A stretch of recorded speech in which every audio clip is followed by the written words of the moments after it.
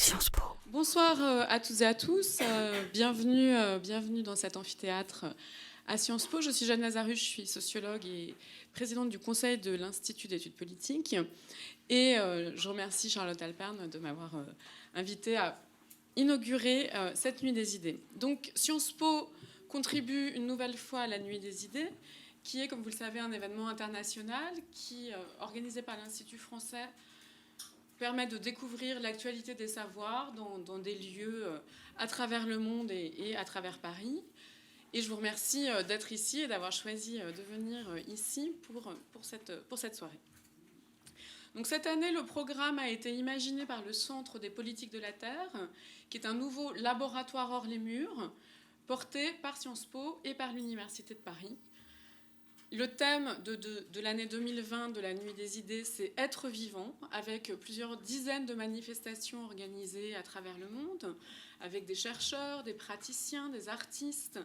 Et on va, au cours de cette nuit, réfléchir à comment les grands équilibres écologiques peuvent continuer, quelles sont les relations entre l'homme et le monde qui l'entoure.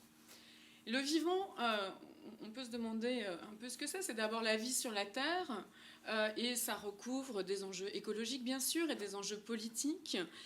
Être vivant, c'est aussi des enjeux sociaux, c'est avoir les moyens de mener sa vie, de pouvoir prendre des décisions, d'avoir une situation économique et sociale suffisante pour continuer à créer, à imaginer, à être original.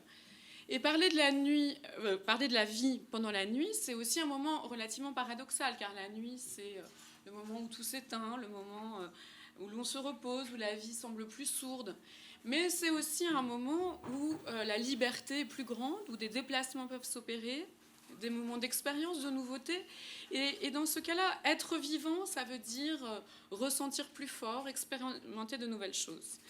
Et la recherche dans cette idée-là de la vie, d'être vivant, c'est aussi ce qui nous permet de mieux comprendre et ce qui nous permet aussi peut-être d'évoluer et de faire de nouvelles expériences. Et notamment, les sciences humaines et sociales, dans cet enjeu-là, c'est donner de la réflexivité au monde, faire en sorte que nos vies ne soient pas des répétitions, mais qu'on puisse ouvrir des possibles en comprenant les ressorts dans lesquels nous vivons. Nous puissions réfléchir, interroger, remettre en cause, se parler, s'interrompre, être en désaccord, c'est aussi ça, être vivant. Et donc le Centre des politiques de la Terre est bien un lieu où toutes ces formes de vie cohabitent. Et c'est un projet donc qui allie Sciences Po et l'Université de Paris, qui est un laboratoire hors les murs, comme nous l'avons appelé, dont l'objectif est d'abord de structurer une communauté académique autour des politiques de la Terre, c'est-à-dire ces questions de relations entre la nature et la société, avec une attention particulière aux transformations du climat, à la crise environnementale que nous connaissons, aux politiques qui sont développées pour essayer d'y remédier. Et ce programme de recherche est interdisciplinaire, c'est vraiment ça, son fondement.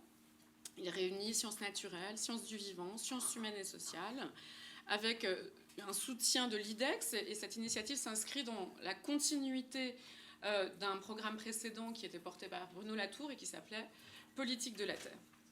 Ce Centre des politiques de la Terre a 3 activités. D'abord, la production de recherche sur ces différentes thématiques, et donc notamment le vivant, qui est la question qui nous réunit ce soir. La deuxième activité, ce sont les activités de formation. Et enfin, sa troisième activité, c'est celle de diffuser les recherches au-delà de l'université à un public plus large. Et l'événement de ce soir en est bien la preuve. Donc ce soir, nous avons 2 discussions autour de cohabiter entre vivants qui seront présentées par Charlotte Alpern, qui est politiste à Sciences Po, et par Annelise Despoux, qui travaille, elle, en sciences de l'information et de la communication à l'Université de Paris. Il s'agira de se demander comment la cohabitation entre vivants continue à être possible alors que nous vivons une urbanisation galopante, les terres qui sont artificialisées, la déforestation, la différenciation des espèces. Le vivant se recompose, les cycles de vie, les façons d'habiter, de se nourrir, d'interagir avec les végétaux, les animaux, les humains se sont profondément transformés. Et donc, comment cohabiter tous ensemble sur cette terre ? Je précise que l'événement est coporté par l'Université de Paris et qu'à 21h15, vous pouvez traverser la rue et assister à l'autre partie de cet événement entre Sciences Po et l'Université de Paris, autour de la question qui sera celle, à ce moment-là, de témoignages de vivants.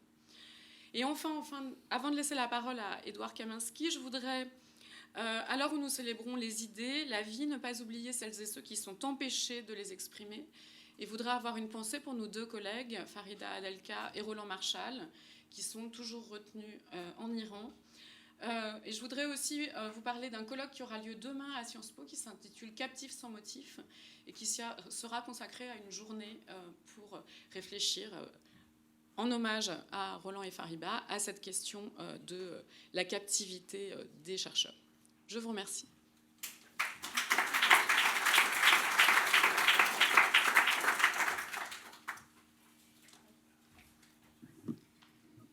On change de taille, hein. L'Université de Paris un peu plus haute. Un humour un peu décalé. Bonsoir, donc je vais être assez rapide. Je m'appelle Édouard Kaminski, je suis vice-président recherche de l'Université de Paris et je suis donc géophysicien spécialiste de volcanologie. Je ne vais pas parler très longtemps, juste quelques informations rapides sur l'Université de Paris. Donc c'est la première fois que l'Université de Paris participe à la Nuit des idées parce que l'Université de Paris existe depuis le début de l'année. Donc voilà, c'est le premier événement majeur auquel cette université non moins majeure participe. Alors cette université de Paris, elle est créée par la fusion de deux anciens établissements, l'Université Paris Diderot et l'Université Paris Descartes. Elle est aujourd'hui structurée en 3 facultés disciplinaires, une faculté de sciences, une faculté de société et humanité et une faculté de santé. Et elle incorpore un institut, donc l'Institut de physique du globe de Paris, qui est spécialisé dans les sciences de la Terre. Alors l'ambition de cette université, c'est développer une recherche de plus haut niveau, au niveau de l'excellence mondiale, qui donc est essentiellement, au premier abord, une recherche disciplinaire, développée dans les facultés dont je parlais. Et puis cette recherche de haut niveau a vocation à irriguer des formations de tout aussi haut niveau. Mais ce n'est pas la seule ambition de l'Université de Paris. L'ambition de l'Université de Paris, c'est aussi de contribuer à la résolution des grandes problématiques sociétales qui se posent à nous. Et la voie qui est choisie par l'Université de Paris, c'est notamment l'interdisciplinarité. C'est-à-dire finalement dépasser les frontières entre disciplines pour construire une approche croisée nouvelle de ces grandes problématiques. Alors cette interdisciplinarité, l'Université de Paris l'a voulu structurante, et donc c'est pour cela que nous avons proposé de financer de grands instituts interdisciplinaires sur le problème des migrations, de la santé publique, des données, et ici donc des politiques de la Terre. C'est d'autant plus structurant que ça se fait dans le cadre d'un partenariat très riche et très efficient entre Sciences Po et l'Université de Paris.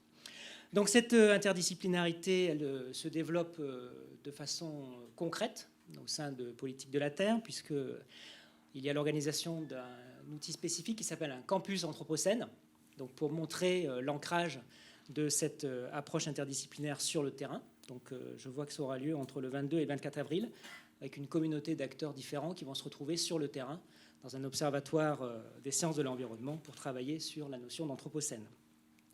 C'est une interdisciplinarité qui se veut très dynamique, avec l'organisation d'un forum des politiques de la Terre pour créer une communauté. Finalement, quand on fait de l'interdisciplinarité, on voit que la difficulté, c'est de faire collectif. Donc, c'est vraiment un enjeu important pour ces politiques de la Terre. C'est également une interdisciplinarité qui se veut ouverte, avec l'organisation de séminaires, avec la visite d'experts du monde entier qui viennent partager leurs connaissances et leurs compétences sur les problèmes socio-environnementaux. Et enfin, une interdisciplinarité constructive, puisqu'elle finance des différents projets de recherche de tailles différentes et de risques différents. Donc c'est l'intérêt de ces instituts interdisciplinaires, c'est finalement de prendre des risques qu'une grande université aurait peut-être plus de mal à prendre elle-même quand elle est trop orientée sur les disciplines. Donc voilà, c'est une excellente chose de pouvoir travailler avec Sciences Po sur ces thématiques aussi importantes que celles des grands changements climatiques et des grands changements de notre environnement. Et s'il y a des solutions à trouver, c'est forcément les jeunes étudiants qui les trouveront, et j'espère qu'ils les trouveront grâce aux enseignements et à la recherche qu'on aura développée avec et pour eux. Donc merci d'être là et puis bon débat sur cette nuit des idées. Voilà, merci.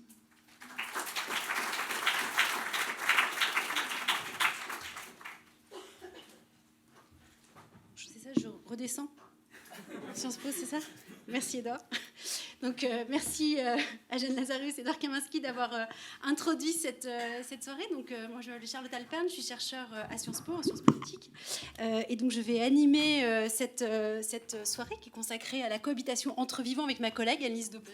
Bonjour, je suis co-directrice du centre Virchow-Villers-Merey, qui est un centre de santé publique franco-allemand qui s'intéresse notamment aux impacts sanitaires du changement climatique. Donc nous avons un intervenant qui a eu un petit retard à l'arrivée, donc on va intervertir nos deux tables rondes et commencer d'abord par parler de la représentation des vivants dans des territoires en mouvement avec trois intervenants à qui je vais demander de bien vouloir nous rejoindre pour introduire et converser avec nous ce soir.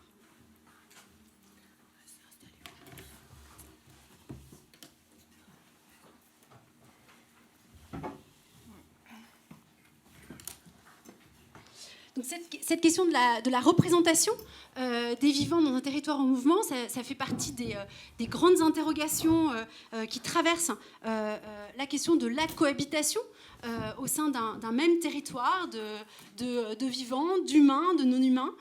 Et donc pour contribuer à cette discussion, nous avons fait appel, souhaité croiser des regards différents. Donc c'est une manière de faire vivre l'interdisciplinarité qui a été évoquée tout à l'heure. Donc je vais présenter rapidement nos trois intervenants. Donc tout d'abord, à ma droite, Philippe Grandcola, qui est écologue, systématicien de formation. Il a travaillé, et il travaille toujours sur à l'université. Je m'en mêle un petit peu les pinceaux avec ce changement de table ronde. Mais en tout cas, il est directeur de recherche au CNRS et directeur de l'Institut systématique Évolution Biodiversité au Muséum national d'histoire naturelle. Et il a travaillé, il va intervenir sur la question du déclin, du déclin des insectes, du déclin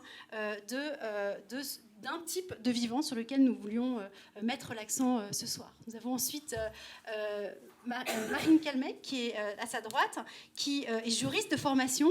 Marine Calmet est juriste en droit de l'environnement et des peuples autochtones, et elle œuvre en tant que chargée de plaidoyer pour l'ONG Natural Rights, et elle est également présidente de Wild Legal.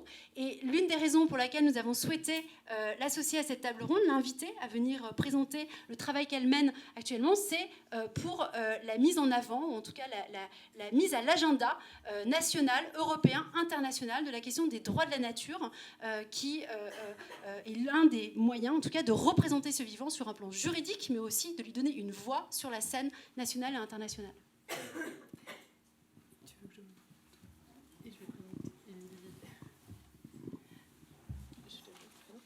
Et je vais présenter maintenant Émilie Weber, donc, qui est botaniste depuis 10 ans donc, au Conservatoire botanique national du bassin parisien, qui est un service du Muséum national d'histoire naturelle.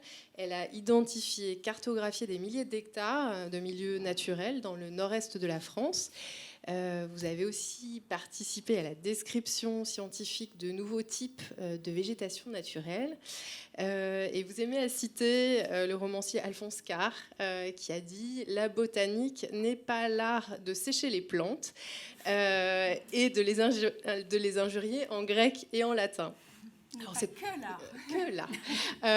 Alors cette conversation sera peut-être aussi l'occasion de nous faire cette démonstration. Alors c'est vrai que à une époque où nos territoires sont mobilisés, éprouvés par l'homme, on a besoin aussi de penser la cohabitation entre les vivants, l'homme, les plantes, les insectes. On assiste notamment à une simplification de nos paysages. Alors que nous disent les plantes sur la place qu'on leur laisse ? Une étude fait aussi l'état de la perte de 80% de biomasse d'insectes en Allemagne en 30 ans. Alors, quelles sont les conséquences de ces déclins impressionnants ? Faut-il aussi inventer de nouveaux droits et de nouvelles pratiques pour être ensemble ? Quel savoir faut-il mobiliser ? Alors, je vais vous inviter à discuter de vos recherches, des activités qui permettent une représentation plus fine et plus systématique du vivant. Qui veut commencer.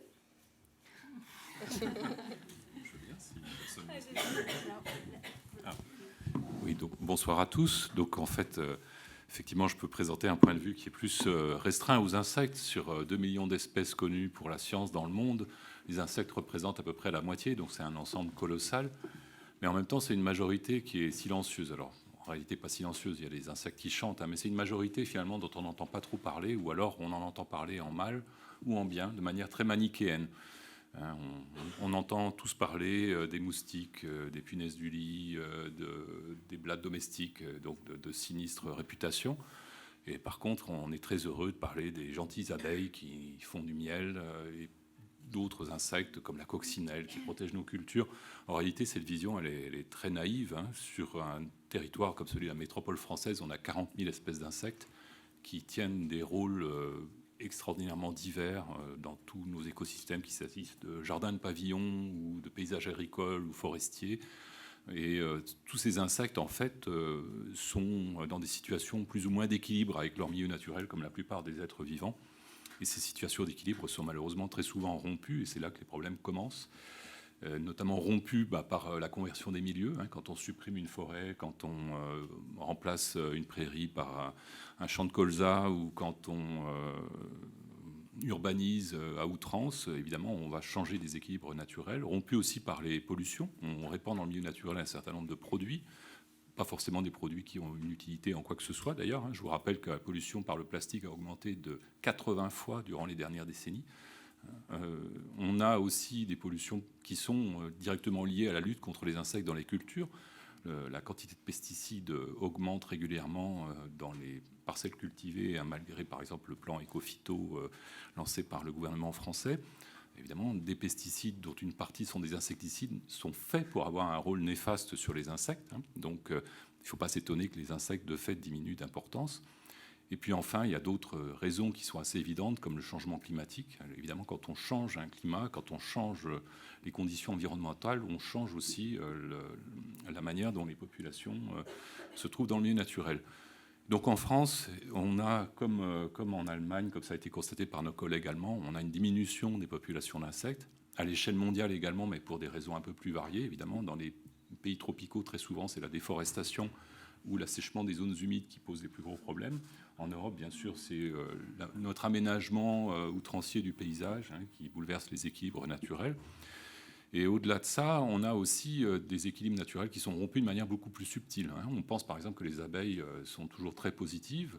Actuellement, par exemple, dans la plupart des grandes villes d'Europe, on installe de plus en plus de ruchers, parce qu'on a une image tellement positive de l'abeille qu'on a envie d'avoir près de nous, hein, pour consommer du miel.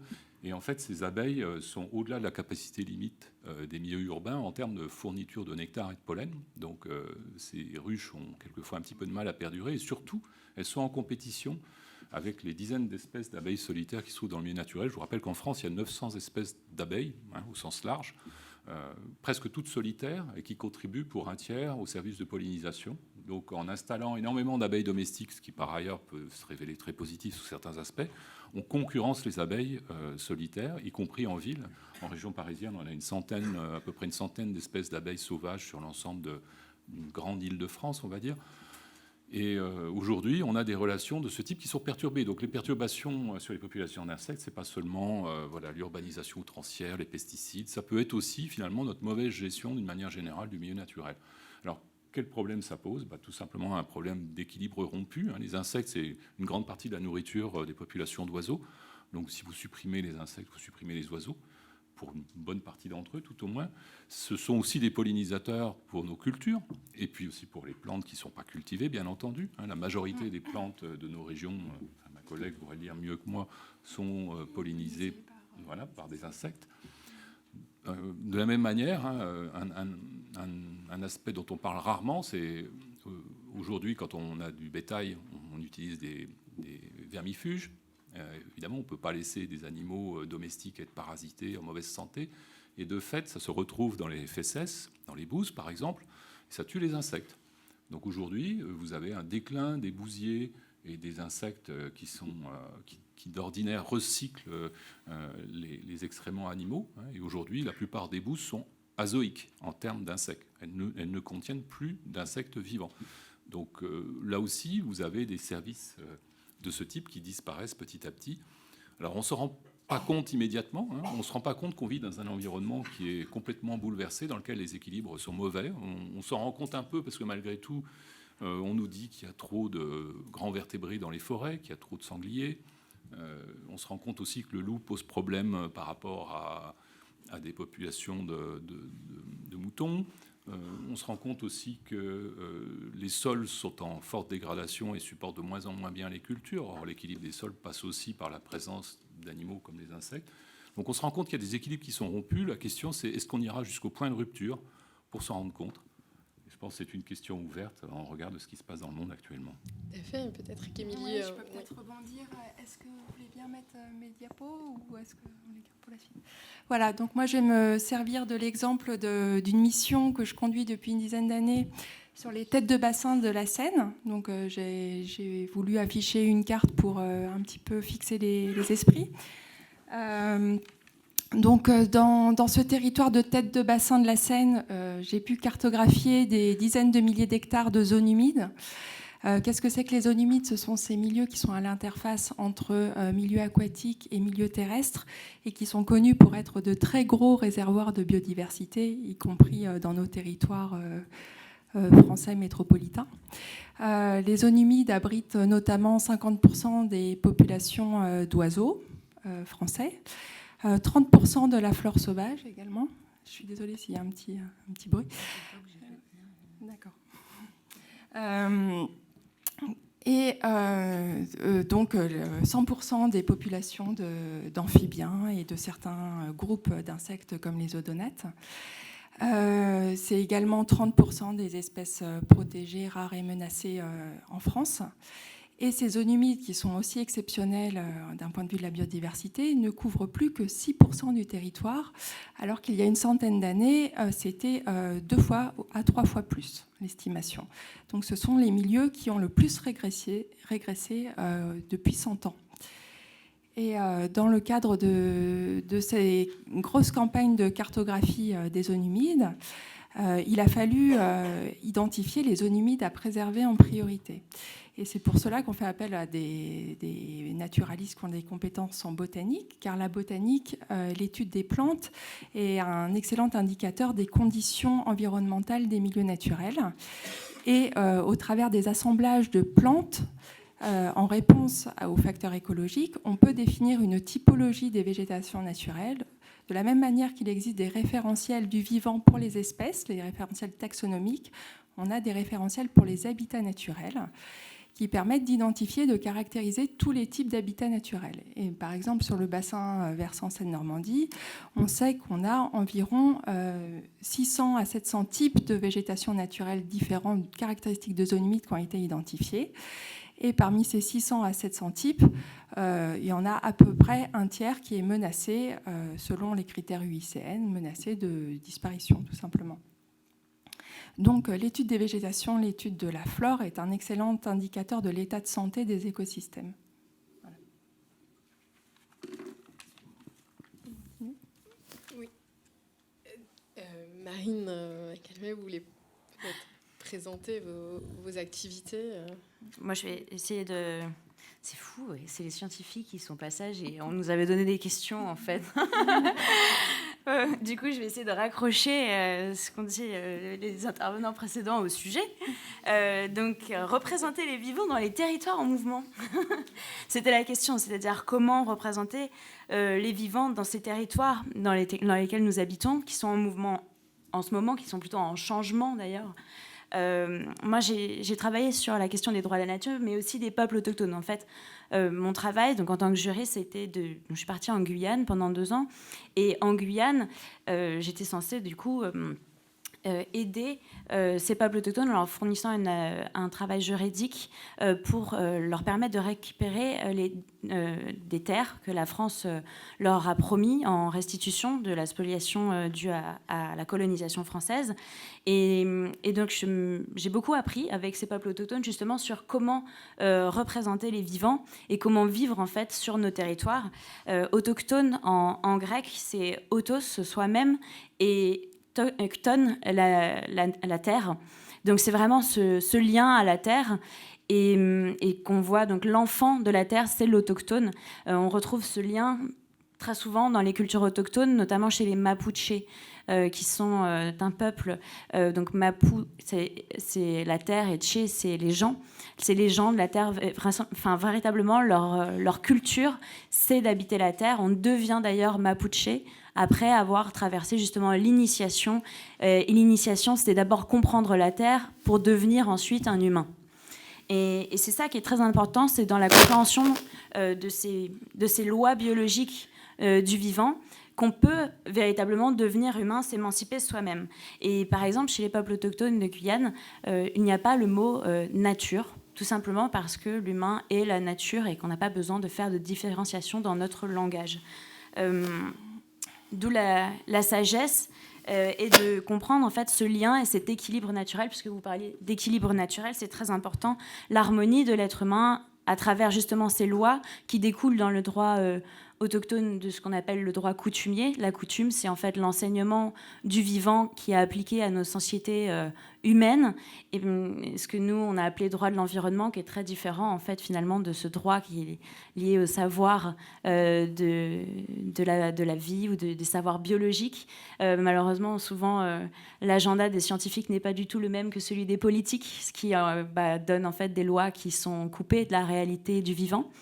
Et ce sur quoi je travaille, c'est justement réinstaurer un équilibre dans la gouvernance de nos sociétés pour qu'effectivement on puisse représenter correctement le vivant dans nos territoires. Oui, justement, vous engagez pour la reconnaissance des droits de la nature. Est-ce que vous pouvez nous expliquer comment ça se met en œuvre ? Les droits de la nature, donc c'est une doctrine de droit qui repose sur le fait que les écosystèmes naturels ont des droits intrinsèques, le droit à persister, le droit à ne pas être pollué, à ne pas subir la prédation du fait des activités humaines, tout simplement le fait que leur cycle biologique soit respecté par nos activités, ne soit pas entravé par les humains. Et donc, c'est reconnaître finalement ces écosystèmes comme sujets de droit qui leur sont propres et de droits inaliénables, qui ne peuvent pas être remis en cause par nos activités. Et donc, ces droits de la nature, ils ont été notamment rédigés au sein d'une déclaration qui s'appelle la Déclaration universelle des droits de la terre-mère, qui date de 2010, qui reconnaît donc la terre-mère comme la communauté du vivant, et établit ces liens d'interdépendance entre humains et non-humains dans une grande communauté du vivant. Et les droits de la planète, donc comme je vous disais, des droits de cette terre-mère, de ne pas subir la prédation du fait des activités humaines, et en contrepartie, évidemment, aussi les obligations des humains à restaurer lorsqu'il y a une violation des droits de la terre-mère. Donc c'est toute cette philosophie avec lesquelles on travaille pour en fait rééquilibrer, puisqu'on parle vraiment d'équilibre rompu, pour le coup, dans nos sociétés actuelles, d'équilibre rompu entre les sociétés humaines et le reste du vivant. Et donc, si on ne veut pas arriver justement à ce tipping point, le point de bascule après lequel on a tellement modifié les équilibres naturels qu'on s'expose nous-mêmes à une destruction de notre habitat, et bien justement réinstaurer des droits pour la nature et un équilibre naturel, c'est sur ces thématiques-là qu'on travaille en ce moment. Alors, du coup, on voit bien que vous venez de trois horizons très différents pour questionner justement cette représentation du vivant. On voit bien d'ailleurs toute la diversité de ce qu'on peut entendre par représenter ce vivant, certains par la cartographie, ça peut passer aussi par des formes pour typifier les milieux, ça peut être aussi le fait de leur donner une voix, de leur donner des droits. Et donc ce sur quoi nous voudrions porter la discussion à présent, c'est vraiment sur la question des méthodes que vous pouvez utiliser les uns et les autres dans vos activités. Donc ces méthodes sont pour rendre visible l'état de ces milieux naturels, pour rendre visible aussi à travers des méthodes sur des grands ensembles de données, ou en tout cas pour discuter justement sur la très longue durée, la façon dont on peut rendre compte de l'évolution et du déclin des insectes, ou encore la manière dont on peut donner une voix à la nature, quelles sont les formes d'action, les types de méthodes que l'on va développer en droit notamment, mais pas uniquement, que ce soit des formes d'activisme ou encore des formes juridiques qui peuvent passer par des approches beaucoup plus formalisées. Donc je ne sais pas si Émilie, vous souhaitez commencer peut-être sur... Je vais remettre donc la diapo numéro 2. C'était pour illustrer une une infime partie de la diversité des formes que peuvent prendre les zones humides dans nos territoires, avec, entre parenthèses, le nombre d'espèces de fleurs vasculaires, tout simplement, qu'on peut trouver dans ce type de paysage, à mettre en corrélation avec des paysages beaucoup plus simplifiés qu'on peut trouver quand l'humain se met à exploiter de manière intensive la nature, toujours dans ces systèmes de zones humides. On est toujours avec ces caractéristiques d'humidité temporaire des sols, qui pourrait soutenir une biodiversité exceptionnelle. Et pourtant, donc, tout à droite, on a un champ de maïs, il n'y a plus qu'une espèce de plante qui pousse, et c'est même pas de manière spontanée.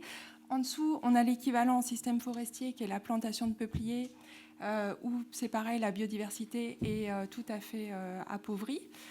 Et donc la question, c'est comment faire pour éviter de se retrouver à ce niveau de simplification des paysages. Quels peuvent être les outils ? Alors, à savoir que dans le cadre de nos activités de cartographie, d'alerte, bien sûr, c'est une information qui remonte au niveau des politiques locales, au niveau des politiques régionales et même nationales. Donc on arrive à protéger des sites qui sont les joyaux de biodiversité, les hotspots, sous la forme d'un certain nombre de dispositifs de création d'aires protégées, type réserve naturelle nationale ou régionale, mais c'est une infime partie. On a un plan d'action national biodiversité qui a été instauré il y a un an, et qui vise à mettre en place des mesures de protection forte de la biodiversité sur 2% du territoire à l'horizon de 2021, si je ne m'abuse. Mais concrètement, on en est très loin. Et on a du mal, on sait ce qu'il faut faire pour protéger la biodiversité, pourtant on a du mal à passer à l'action. Et les questions, c'est pourquoi, d'où vient ce blocage, pourquoi l'homme n'arrive pas à prendre en compte la mesure de ces enjeux. C'est une autre question, je pense qu'on va pas continuer, en tout cas sur la manière dont on prend en compte aussi, dont on met en avant le déclin des insectes. Alors Philippe Brancola, je sais que vous avez travaillé dans des terrains très différents, donc des terrains tropicaux, mais ça peut être aussi des terrains qui sont peut-être des analyses, des données statistiques pour montrer l'évolution sur la très longue durée de cette évolution des insectes. Est-ce que, aussi sur les méthodes, comment est-ce que vous travaillez finalement cette question du déclin des insectes, en tout cas de quantifier, de rendre compte, de représenter leur évolution? Oui, ben le souci, c'est en fait la complexité de la situation. Et je pense que c'est le problème du vivant, c'est qu'il est difficile à appréhender. Quand on parle aujourd'hui de changement climatique, on a derrière un raisonnement peut-être un peu trop simpliste d'ailleurs chez le citoyen sur l'effet de serre. Donc quelques gaz à effet de serre, un effet de serre, une température qui augmente globalement avec des bouleversements de système climatique. C'est un raisonnement assez rationnel, assez facile à comprendre. Pour le vivant, c'est infiniment plus compliqué, évidemment. On l'a dit, il y a beaucoup d'espèces différentes qui interagissent les unes avec les autres, qui interagissent avec le milieu physique.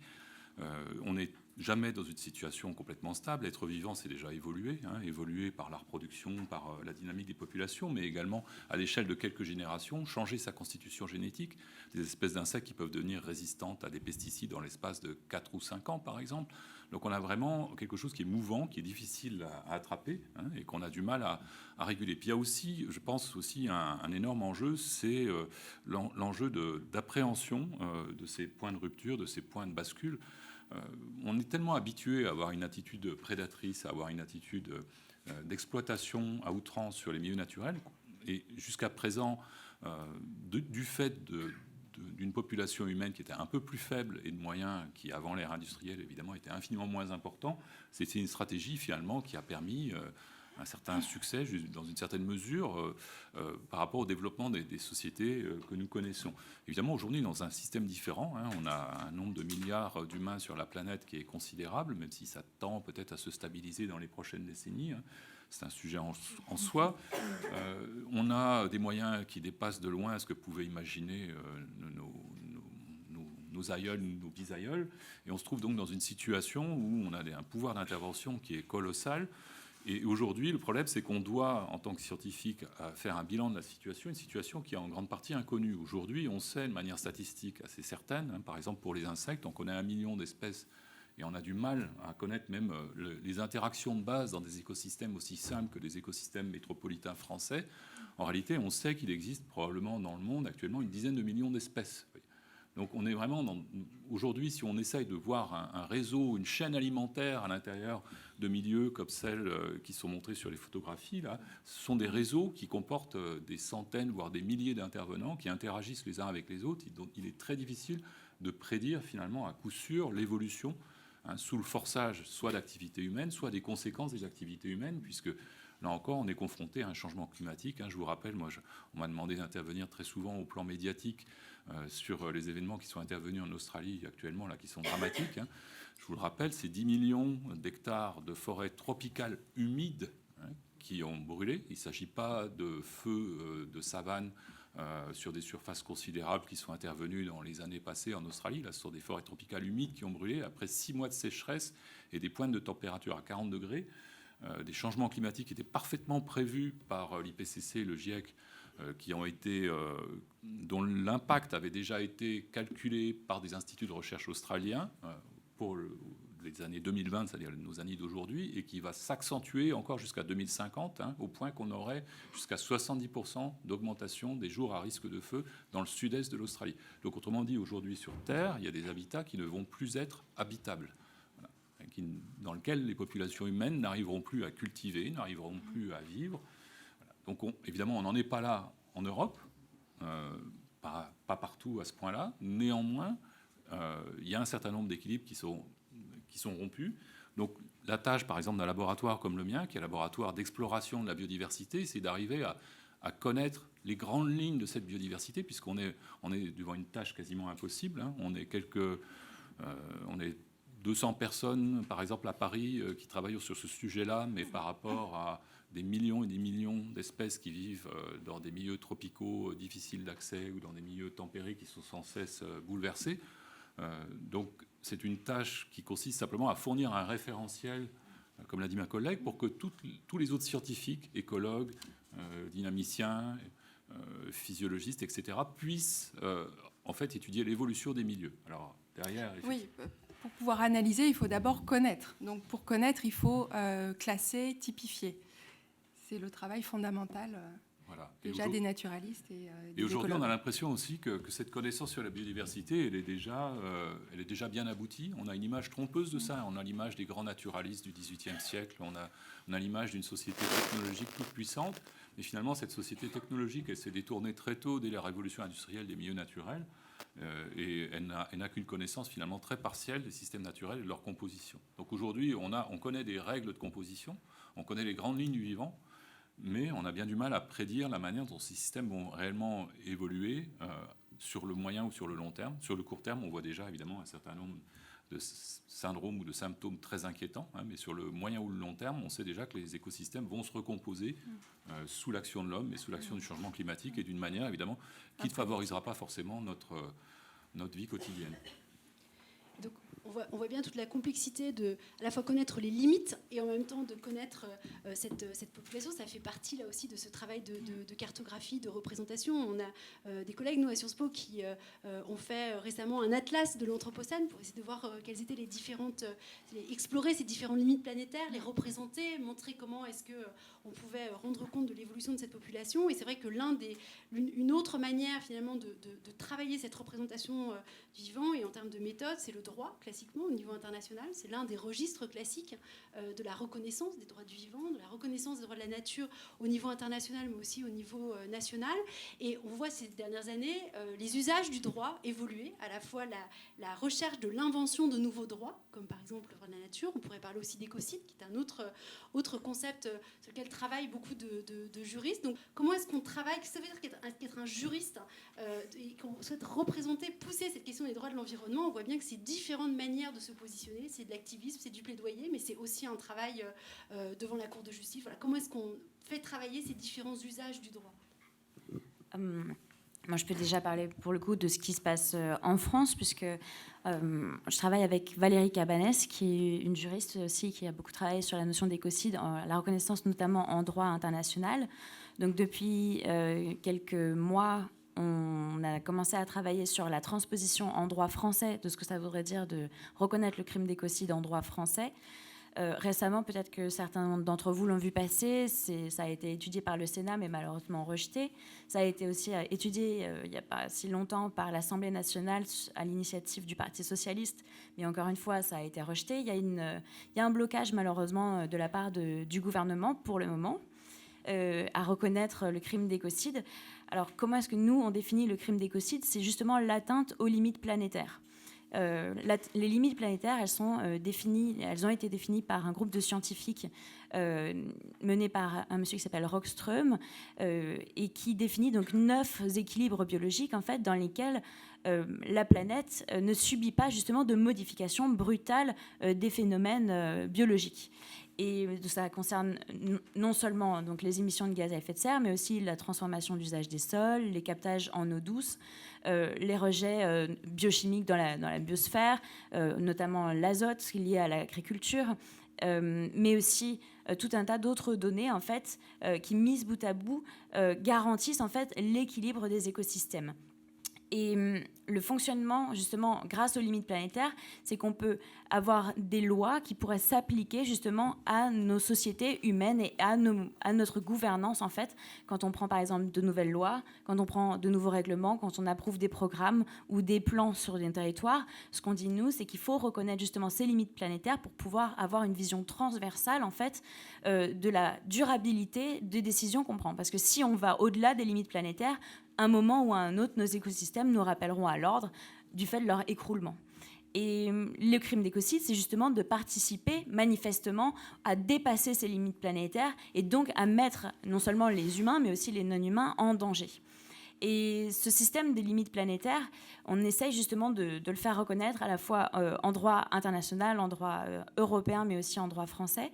L'ONU est déjà en faveur de la reconnaissance des limites planétaires, puisqu'ils inscrivent ça dans leur groupe de travail, tout comme l'UICN, qui travaille également sur ces questions. L'Union européenne, depuis 2011, utilise la notion de limite planétaire pour parler justement du développement économique, mais raisonné, puisqu'il doit rentrer dans le cadre des limites planétaires pour être viable sur le long terme.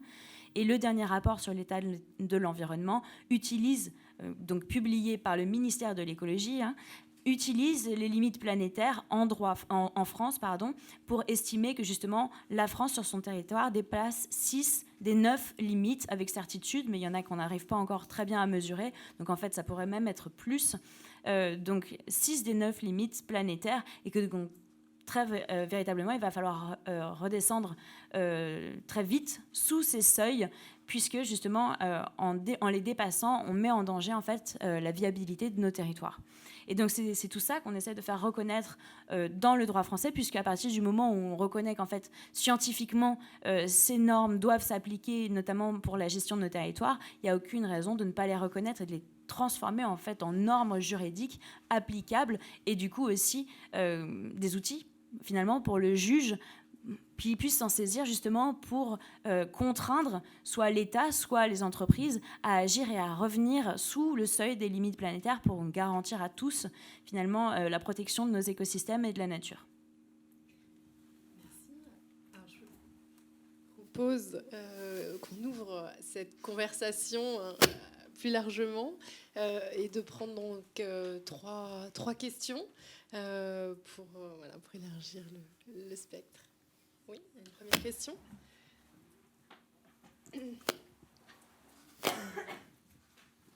C'est une question qui s'adresse à vous trois. Moi, j'habite un territoire rural forestier et je suis frappé par la situation suivante. Quand vous discutez avec un pharmacien et que vous lui demandez pourquoi il y a autant d'hommes parkinsoniens dans les EHPAD, il vous dit vous savez bien que c'est tous des agriculteurs qui ont utilisé dès le début des zones massives de pesticides. Quand on va voir le même pharmacien, au moment où tous les enfants des villages ont des bronchites ou des problèmes respiratoires, et vous demandez pourquoi, il vous dit on est en pleine période d'épandage. Ça veut dire quoi? Ça veut dire que localement, des non-experts connaissent la réalité de la situation. Ce qui est vrai dans mon patelin est vrai partout. Donc ça, c'est une situation très particulière. Vous êtes la démonstration tous les trois que les scientifiques accumulent du savoir, des connaissances, et que nous sommes donc infiniment bien renseignés. Nous sommes bien renseignés dans les amphithéâtres, dans les instituts d'études avancées, mais au fin fond des campagnes les plus pauvres, on va dire, on est également très bien renseignés sur ce qui se passe. D'ailleurs, quand on habite dans un de ces villages, on évite de construire trop près des zones d'épandage, parce qu'on sait déjà ce qui va se passer. La question que je voulais vous poser à chacun de vous trois, c'est comment, dans un contexte pareil, fait-on pour rester droit, marcher droit, continuer à aimer ses enfants, continuer à être un amant, continuer à être un citoyen, continuer à être un démocrate? Comment fait-on pour ne pas succomber à la chape de plomb que semble décrire la situation dont je viens de parler? Comment faites-vous?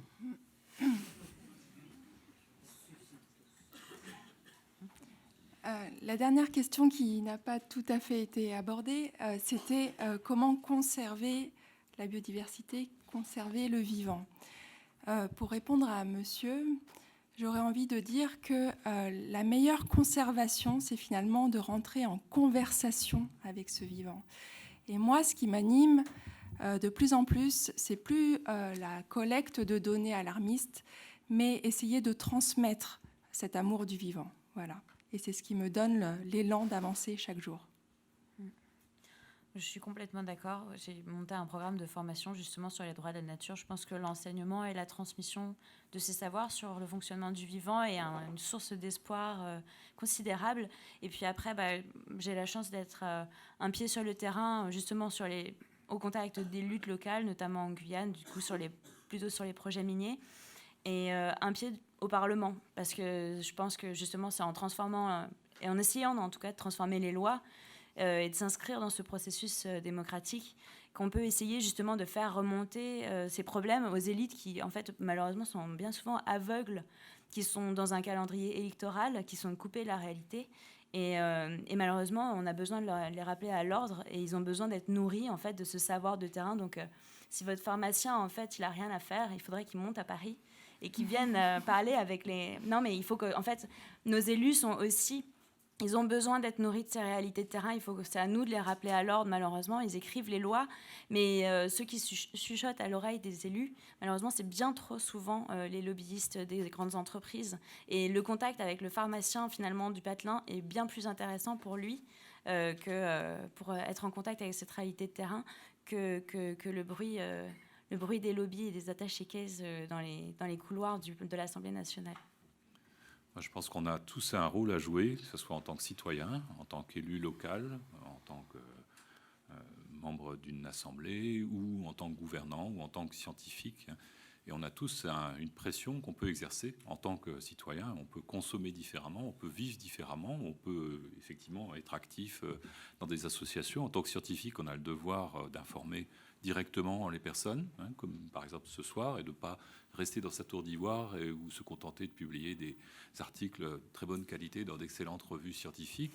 Voilà, on a tous un rôle à jouer dans cette situation. Je pense que malgré tout, la situation n'est pas malheureusement aussi clivante que d'un côté des élites qui sont incapables de prendre conscience des enjeux qui vont les rattraper, certes au-delà de la fin de leur mandat, mais malgré tout sous un laps de temps assez rapide, et puis de l'autre côté, la masse des gens qui sont bien intentionnés et qui essaient de bien faire. Je crois qu'on est un peu tous, malheureusement, très souvent, victimes de dissonance cognitive.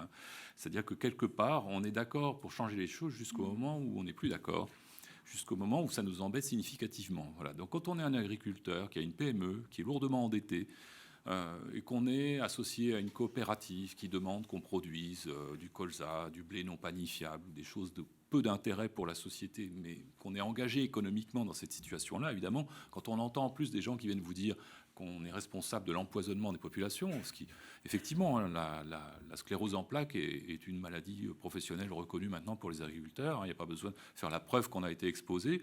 on peut la déclarer directement. Donc il y a manifestement des études épidémiologiques qui peinent à montrer, parce que c'est compliqué, mais qui arrivent à montrer ce type de problème. Mais pour autant, je comprends le responsable d'une petite ferme qui a du mal à sortir du système. De la même manière, voilà, je comprends, moi, un dirigeant qui se trouve placé devant une difficulté à gérer un pays.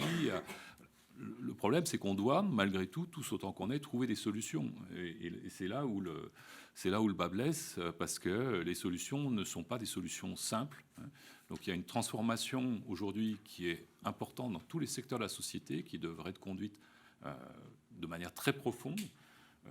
Voilà, par exemple, le coût carbone, quand j'entends par exemple que la solution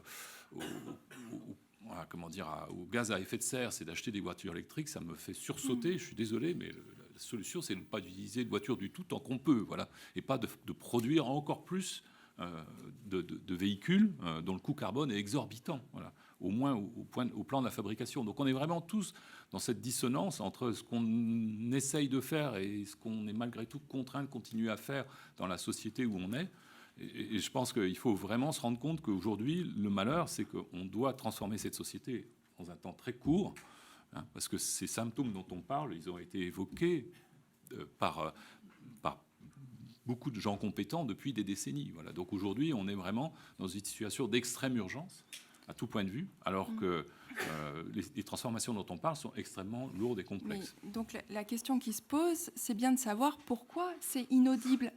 Pourquoi nous ne sommes plus en capacité d'entendre parce que personne n'a envie d'entendre. Voilà. Hein. On entend tous une partie de la réalité, voilà. Mais on n'a pas envie de faire l'effort. En quoi, en tant que vivants, nous sommes devenus vulnérables puisque nous ne sommes plus capables d'assurer les conditions de notre persistance sur cette planète. Voilà. On va prendre 2 questions. Bonsoir, merci beaucoup pour ces interventions. Je m'appelle Luz Helena, je suis franco-mexicaine, étudiant ici à Sciences Po. Et bon, au-delà des outils et des structures que nous avons pour protéger, réguler et connaître la nature, on parle aussi d'une prise de conscience parce qu'on est déconnecté de cette réalité. Donc, moi aussi, j'ai travaillé dans la jungle et la Candona, dans le sud du Mexique. Et c'est juste quand tu es en contact avec ces populations autochtones et que tu comprends cette relation avec la nature que tu dis, mais oui, mais comment avoir cette prise de conscience dans une ville comme Paris, où on a cette déconnexion de la nature? Même, on n'a pas de soleil, et donc on est toujours triste, ou on se plaint tout le temps. Alors, au-delà de cette question structurelle, parce que vous avez parlé de décroissance, vous avez parlé aussi de changer le système, sortir du système, vous avez dit. Comment arriver à une prise de conscience en tant qu'être vivant, qu'humain, non, de tous ces concepts que parfois n'ont pas de traduction, de Pachamama, Inlaquech. Ça parle aussi de conserver le langage des peuples autochtones, des peuples indigènes. Et notamment, l'année dernière, c'était l'année internationale des langues indigènes par l'ONU. Qui a su ça? Personne. Qu'est-ce qu'on a fait? C'est du greenwashing. C'est aussi... Voilà. Donc la question concrètement, comment avoir cette prise de conscience si on est déconnecté de... On n'est pas en Amazonie, on n'est pas en Guyane, on n'est pas... Je pense qu'il faut résoudre ces dissonances cognitives. Il faut, parce que je ne pense pas, par exemple, que les urbains en France soient particulièrement moins sensibles à ces problématiques. Vous voyez que finalement, les personnes qui vivent dans des zones rurales, on en parlait un petit peu avant en particulier, quelquefois, finalement, le fait d'être exposé à des problèmes graves de pollution, de vie urbaine, qui sont lourds et pénibles à vivre au quotidien, ça amène finalement peut-être à avoir un comportement plus écolo-bobo, si je puis dire, hein, qui est vilipendé par des personnes qui se débattent dans des problèmes de gestion d'exploitation rurale et qui, eux, au quotidien, sont certes en contact avec la nature, mais qu'on a envoyés dans des impasses au plan fonctionnel et qui, aujourd'hui, ont du mal à se sortir au plan économique de la situation dans laquelle on les a enfoncés. Donc, je pense qu'il y a une prise de conscience qui se développe, mais peut-être pas forcément là où on l'attendrait le plus. Bonjour, merci pour vos interventions. J'aurais une question peut-être plus pour Madame Calmet. Depuis quelques jours, on peut voir une vidéo de Emmanuel Macron qui parle du glyphosate, qui met en avant que, dans une de ses interventions, il met en avant que ce serait impossible de sortir du glyphosate d'ici 3 ans. Une promesse pourtant qu'il avait faite il y a quelques mois. Il met en avant le fait que, par la logique concurrentielle, si on impose cette mesure en France, il y aura des céréales qui vont arriver d'autres pays où le glyphosate sera toujours en vigueur, enfin circulera toujours, et donc que ça provoquera une logique de concurrentielle trop forte pour la France, une pression trop forte et une perte d'emploi dans l'agriculture.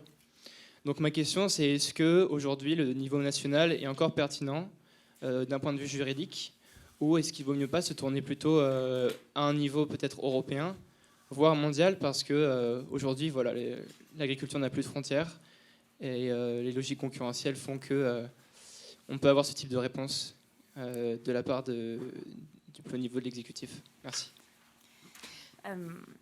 Malheureusement, je pense que justement, il prend le problème à l'envers. C'est-à-dire que, honnêtement, moi, le mouvement qui m'a donné le plus d'espoir l'année dernière, c'est les arrêtés anti-pesticides, justement. Parce qu'on voit qu'il y a une prise de conscience sur le terrain et des maires qui vont à l'encontre du droit, justement pour protéger leurs citoyens. Et ça a une forte résonance. C'est-à-dire ça commence par un et ça se démultiplie très, très vite. Parce que quand on est confronté à du droit injuste, on a le droit de réagir et de tordre finalement la loi pour revenir tout simplement dans la logique qui est du maire de protéger la santé de ses citoyens. C'est pareil pour le droit européen, si vous voulez. On a une machine qui est grippée. On a, en fait, le glyphosate, s'il arrive sur le marché, c'est parce qu'il y a une autorisation de mise sur le marché au niveau européen. C'est-à-dire que malheureusement, on n'arrive plus à raisonner ensemble et à sortir du glyphosate aussi parce qu'il y a une logique. C'est pas uniquement l'autorisation de mise sur le marché du glyphosate, c'est aussi la politique agricole commune qui fait que ce mécanisme économique, il devient problématique du fait qu'il engrange cette machine en fait dans laquelle est broyé l'agriculteur et son libre arbitre au passage. Et donc du coup, c'est exactement ce que vous disiez tout à l'heure. En fait, il est broyé dans ce truc-là, il ne peut pas en sortir. La vérité, c'est que ceux qui commencent à s'installer en bio, il faut les soutenir. Et là, malheureusement, on a un retrait sur tout ce qui est investissement, et notamment du coup installation en bio, et puis surtout conservation de ces installations en bio, d'une aide sur le long terme en fait pour s'installer aux agriculteurs. On voit qu'en fait non seulement ça crée de l'emploi, parce qu'on n'utilise plus de pesticides, il faut désherber à la main, ça crée plus d'emplois, ça crée des aliments de meilleure qualité. En fait, toute la logique, quand on transforme le système et quand on recommence à réinstaller les lois du vivant, c'est ça qui crée de l'emploi, qui crée de la diversité et qui crée de l'activité humaine. Moi, je n'arrive même pas à comprendre comment on en est arrivé là, pour vous dire la vérité, parce qu'on met sur le marché des produits qui tuent la terre, et ensuite on les arrose avec des produits qui sont censés faire pousser les plantes. Enfin, honnêtement, au regard des lois du vivant, ça n'a pas de sens, ça n'a aucun sens. On arrive dans un système complètement mortifère. Et j'ai visité parce que je m'intéresse beaucoup aux questions extractives, justement pour les droits de la nature et le fait qu'on prélève à la terre sans jamais rien lui rendre finalement, d'autre que la désolation quand on regarde nos territoires. Et j'ai visité les mines de phosphate au Maroc, le phosphate avec lesquels on arrose nos champs en Europe, et donc on est complètement devenu dépendant, parce que si on ne les arrose plus de phosphate, en fait, il n'y a plus rien qui pousse. Et ce système ne peut pas fonctionner, en vérité. Et l'Union européenne, ce que j'ai découvert, c'est que l'Union européenne ne légiférait pas sur le phosphate, qui est pourtant un phosphate en fait, qui est contaminé, qui contient des produits qui sont nocifs pour la santé, tout simplement parce qu'on sait que si on n'achète pas nos phosphates au Maroc, on sera obligé de l'acheter en Russie, et qu'on ne veut pas devenir dépendant de la politique russe et de Poutine. Et donc en fait, on a un système. Ce que je voulais dire, c'est que je ne crois pas au niveau international, justement pour ces raisons-là, parce qu'on s'est rendu dépendant de systèmes économiques mondiaux qui nous bloquent finalement pour agir au niveau local. Je ne crois pas non plus au système européen tel qu'il est aujourd'hui, à moins de désobéir justement à nos règles. Et je pense que en fait, l'intelligence du citoyen, l'intelligence de la base, ce maire qui a pris ce premier arrêté anti-pesticides, c'est vraiment ça qui me donne de l'espoir pour la suite et pour sortir de ce système mortifère. Alors, c'est extrêmement frustrant, mais je vais devoir clore cette première conversation. Mais je vous propose d'avoir juste un mot de fin, mais vraiment très très court, pour qu'on puisse entendre l'autre conversation. Alors moi, je voulais continuer sur ce que disait ma collègue de gauche. Effectivement, la réponse à votre question était dans la question. Ça devrait être au niveau global qu'il faudrait prendre ces décisions politiques ambitieuses si on veut avoir une chance de voir un changement significatif au niveau mondial. Pour autant, ça ne dispense pas les États de prendre leurs responsabilités et de se montrer exemplaires. Voilà. Merci. En aucun cas. Et moi, je répéterais, en fait, en termes de solutions, qu'on a chacun, à notre niveau, collectivement ou individuellement, un pouvoir considérable par les achats qu'on réalise au quotidien. On peut vraiment changer les circuits de consommation. Et puis, en élisant nos responsables, si on est soi-même élu, on peut aussi changer les choses, effectivement, au niveau local, même en prenant des décisions qui sont irréglementaires, mais qui signalent à l'attention qu'il y a un vrai problème. Juste une précision numérique. En plus, 80% des intrants qui sont déversés dans les cultures, qu'il s'agisse de pesticides, d'herbicides, insecticides, herbicides ou fertilisants, donc comme le phosphate par exemple, ne profitent pas à la cible. C'est-à-dire que 80% au minimum part dans le milieu naturel, il reste d'ailleurs, pose d'autres problèmes, mais n'est pas utilisé. Donc en plus, il faut se dire que 80% de ce qu'un agriculteur paye très cher et qui pollue ne sert strictement à rien. Voilà. Donc c'est un chiffre intéressant à savoir également. Marine, un dernier mot? Non, j'ai déjà assez parlé. Alors, je vous remercie infiniment. Et puis,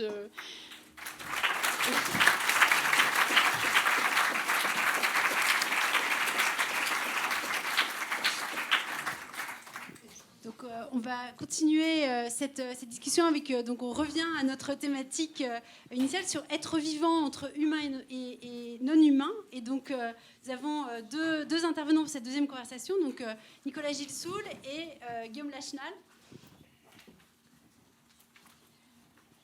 Alors, être chez soi entre vivant, humain et non humain, c'est une manière finalement de nous inviter. C'est une conversation qui nous invite à repenser la manière de cohabiter entre nature et société. Alors on peut prendre cette question de différentes manières. Le philosophe Baptiste Morisot nous invite à le penser sur cette question de la cohabitation entre différents types de vivants. On peut avoir aussi des travaux comme ceux de notre collègue Bruno Latour qui pense là aussi ces questions des politiques de la nature à travers la manière de repenser les relations entre science et société. Et ce questionnement de cette conversation autour de être vivant, comment est-ce qu'on cohabite, comment est-ce que cette question peut être travaillée. Nous avons choisi de la travailler ce soir avec donc deux intervenants qui, à nouveau, donc comme tout à l'heure, travaillent vraiment dans des domaines extrêmement différents. Mais là aussi, l'intérêt, c'est vraiment de croiser les regards, d'apporter des perspectives très différentes, à la fois à partir des modes d'enquête, des travaux, des types d'activités qui vont être menés. Et donc, nous avons tout d'abord Nicolas Gilsoul, qui est architecte, paysagiste. Il est docteur en sciences à l'Institut des sciences et industries du vivant et de l'environnement. Il est aussi professeur à l'École nationale supérieure d'architecture Paris-Malaquais.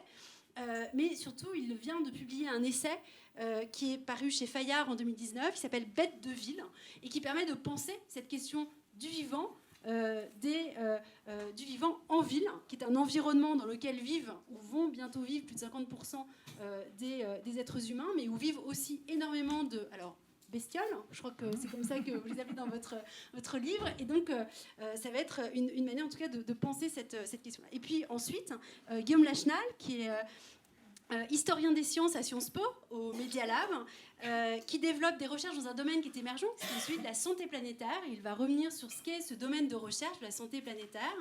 Et Guillaume travaille sur un thème qui, au moment où on a imaginé cette conversation, était peut-être pas si prégnant, mais il travaille sur les vivants et les virus.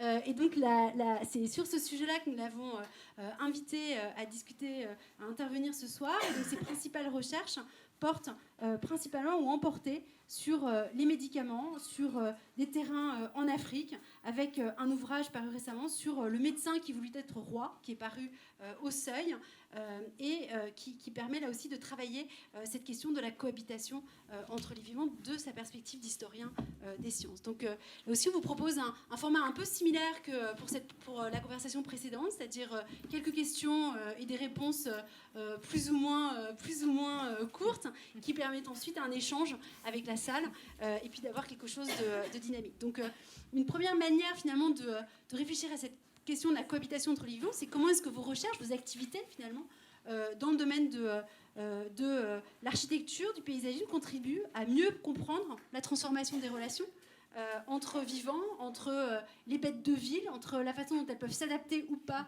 à leur contexte. On a déjà entamé tout à l'heure la discussion sur il y a les bons insectes et les mauvais insectes, les punaises de lit et puis les gentilles abeilles. Je crois que vous avez observé un peu la même chose, Nicolas Gilsoul, avec les bonnes et les mauvaises bestioles dans vos villes. Oui, merci beaucoup. Oui, en fait, vous en connaissez pas mal des bestioles de ville, mais il y en a que vous ne connaissez pas du tout, parce que quand on se promène à Bombay, on croise des léopards sauvages. Alors, évidemment, c'est pas les rats parisiens, mais même à Paris, il y a tout un tas de bestioles très, très intéressantes, extrêmement intéressantes. Et nos villes aujourd'hui sont, j'imagine que vous en avez parlé, sont des creusets incroyables pour la faune, pour la flore aussi, mais pour la faune. Pourquoi ? Parce que je suis trop près. Pourquoi ? Parce qu'à l'extérieur, il y a les glyphosates, il y a tout un tas de trucs, et il y a des prédateurs. Dans les villes, les prédateurs, ils ont un pare-choc en général, ou une trottinette, vous en bénéficiez aussi, mais contre un léopard, ça ne fait pas grand-chose. Donc, il y a toute une série d'animaux qui sont en train de prendre refuge dans ces villes, et avec lesquels on va devoir cohabiter. Voilà. Alors moi, dans mon boulot, dans mon métier au quotidien, je les ai rencontrés et puis j'étais très étonné de les voir parce que je ne m'attendais pas du tout à trouver toutes ces bêtes-là dans la ville. Et comme depuis tout petit, j'étais fasciné par l'animal et par la manière dont il était designé au départ, c'est pour ça que j'ai fait l'architecture, parce que un design incroyable, une adaptation en milieu, une plasticité, enfin génial. À côté de ça, Ferrari, ils n'ont rien inventé, hein, c'est extraordinaire. Et puis petit à petit, c'est les comportements des animaux, moi, qui m'a intéressé, la manière dont ils réagissaient entre eux. Et puis petit à petit, je suis devenu architecte. Et puis petit à petit, j'ai continué à en voir dans les chantiers. J'ai vu aussi des appareils de chantier qui reculaient et auxquels on avait donné le cri du lynx pour avertir les ouvriers qui étaient dehors, parce que le cri du lynx portait très loin, donc on appelait ça le cri du lynx. Bon, et puis j'en ai vu des vrais, des lynx à Helsinki. Et puis toutes ces choses-là ont fait que j'ai voulu me pencher là-dessus, j'ai voulu leur rendre hommage dans un bouquin. Et puis dans les cours au quotidien, c'est ce que j'entendais tout à l'heure avec le fait de passer. Pour passer cet émerveillement et pour essayer de comprendre. Parce qu'il y a des bonnes, il y a des mauvaises. Non, en fait, elles sont toutes utiles, toutes comme nous, comme dans une réunion de copropriété. Il y a des emmerdeurs et puis il y a ceux qui font avancer les choses. Mais on est tous dans la même réunion de copropriété, en gros, c'est ça. Et dans cette ville, du coup, il y en a beaucoup qui disparaissent. Donc disparition des insectes, vous en avez entendu parler. 3 passereaux sur 4 en Île-de-France, machin, on connaît les chiffres, c'est terrifiant. Donc il y en a beaucoup qui passent à l'as. Mais il y en a aussi qui mutent. Ça m'a intrigué. Le micro mute aussi. Ça m'a intrigué de savoir que, par exemple, l'escargot à Rotterdam ou à Amsterdam, je ne sais plus, enfin un endroit où il pleut beaucoup, où on se dit il y a beaucoup d'escargots et puis il fait dégueulasse tout le temps. Non, pas du tout. La coquille de l'escargot à Amsterdam est devenue blanche en quelques générations parce que, du coup, elle a un albédo plus élevé et elle renvoie les effets de chaleur urbain de la ville. Certaines hirondelles ont les ailes plus courtes pour faire des virages plus acrobatiques et éviter les voitures quand elles vont chasser en partie basse. Etc. Les petites souris blanches de l'Hudson du côté de Brooklyn ou de l'autre côté à East River, maintenant elles encaissent les choses très grasses à manger et elles encaissent aussi les métaux lourds. Avant, c'était celles qu'on utilisait dans les labos pour voir si le sol était contaminé ou pas, on la lançait dessus, on regardait, et puis quand elle tombait les 4 fers en l'air, on disait « Oh, ok, le sol est contaminé ». Aujourd'hui, malheureusement, comme elles se sont nourries comme les tortues ninja, pizza, hamburger et métaux lourds, elles sont mutantes et elles ont résisté. Alors on se dit c'est génial parce que la nature, elle est hyper inventive, elle est créative et tout. Et le travers de ça, c'est que je découvrais ça avec beaucoup d'enthousiasme. Je parle de ça aux étudiants, je parle de ça aux élus. Et puis les retours que j'avais en général, c'était « Ah, mais c'est génial, bon, on peut continuer à faire n'importe quoi. De toute façon, elle va toujours inventer une parade. » Non, parce que pour une espèce qui a inventé une parade, il y en a 100 qui se plantent dans le mur. Et donc c'est là où je me suis dit, il y a un truc à faire, il faut en parler autrement pour les élus, pour les étudiants en architecture, en urbanisme, les futurs dirigeants des villes, etc. Voilà. Guillaume, je te passe la parole. C'est vrai que comme on est collègues, tu es le seul que je tutoie finalement. Mais et, de ce fait, comment est-ce que toi, dans tes recherches dans le domaine de la santé planétaire, donc ce domaine émergent, peut-être nous expliquer en quelques mots de quoi est-ce qu'il s'agit quand on parle de santé planétaire, et puis plus généralement nous expliquer comment est-ce que tu cherches à comprendre la transformation des relations entre vivants et virus, entre virus peut-être aussi. Voilà, comment est-ce que tu travailles cette question ? Merci. Alors d'abord, je veux signaler à Nicolas Gilsoul qu'il y a une souris dans l'amphithéâtre, qu'on est plusieurs à avoir vu, qui a son secteur par là-bas. C'est chouette. Merci à tous de la laisser écouter aussi ce soir. Il y a toute une collectivité derrière qui lui permet de vivre, de se nourrir. Je pense qu'il faut saluer cette collectivité. Ouais. Alors, pour ma part, les virus, c'est un sujet... c'est un sujet d'émerveillement aussi, même si c'est évidemment un sujet de préoccupation. Les virus, c'est des êtres vivants en plus qui, historiquement, dans les manuels classiques de biologie, sont considérés, alors c'est une catégorie très bizarre, comme des êtres pas vivants. Alors c'est des êtres pas vivants, mais qui peuvent quand même mourir, parce qu'un coronavirus, quand on laisse suffisamment longtemps sur la table, ne sera plus pas vivant, il sera mort. Et donc il y a des débats comme ça classiques en biologie, c'est des questions un peu scolastiques de biologie, est-ce que les virus sont vivants? La réponse est souvent que non, ils ne sont pas vivants. Mais bon, je crois qu'il y a une vitalité dans les virus dont on est tous témoins en ce moment, et qui en font aussi un objet extrêmement intéressant pour les sciences sociales, pas simplement en analysant les réactions des humains au virus et des sociétés humaines au virus. Ça, c'est le travail des politistes, par exemple, sur une épidémie comme celle qui est en train de se dérouler. Mais je crois que c'est aussi, les virus, c'est l'idée que j'essaye un peu de défendre, des sources pour les sciences sociales, et en particulier grâce à leur génétique, à leur séquence génétique et à leur génétique moléculaire. Alors j'avais une diapo qui évoquait un peu ça à propos de l'épidémie actuelle de coronavirus. Donc c'est une diapo qui date d'hier, qui est un des arbres phylogénétiques les plus récents. Donc c'est un arbre qui représente les relations de parenté entre les différents coronavirus qui ont été isolés pendant cette épidémie. Plus les virus sont proches, la proximité des virus les rassemble par sous-famille comme ça, et donc vous voyez une famille bleu foncé en bas qui est entièrement centrée sur la ville de Wuhan et déjà des virus exportés qui sont groupés ensemble, qui peuvent peut-être signaler une exportation commune. Mais si je montre cette diapositive, c'est d'abord pour parler de la science et justement pour dire qu'un autre motif d'émerveillement, justement, c'est que contrairement aux épidémies précédentes de coronavirus, le SARS en 2003 et le MERS en 2012, on a eu beaucoup de transparence alors peut-être pas dans la communication des cas épidémiologiques, mais dans la communication des données génétiques sur les virus et des séquences de virus qui ont été immédiatement postées par les scientifiques chinois sur des sites en accès libre, en open data, et qui ont été immédiatement analysées par toute une communauté de virologues et de scientifiques, computationnels, des geeks de la biologie, qui font ça en permanence, qui font ça sur leur temps libre aussi, et qui alimentent, vous voyez, donc ça c'est un site, vous pouvez aller dessus, c'est un des sites comme ça entièrement ouvert. Tout le code, tous les algorithmes qui permettent de construire ces arbres sont aussi ouverts. Les données, vous pouvez les télécharger chez vous, vous pouvez essayer de refaire les arbres.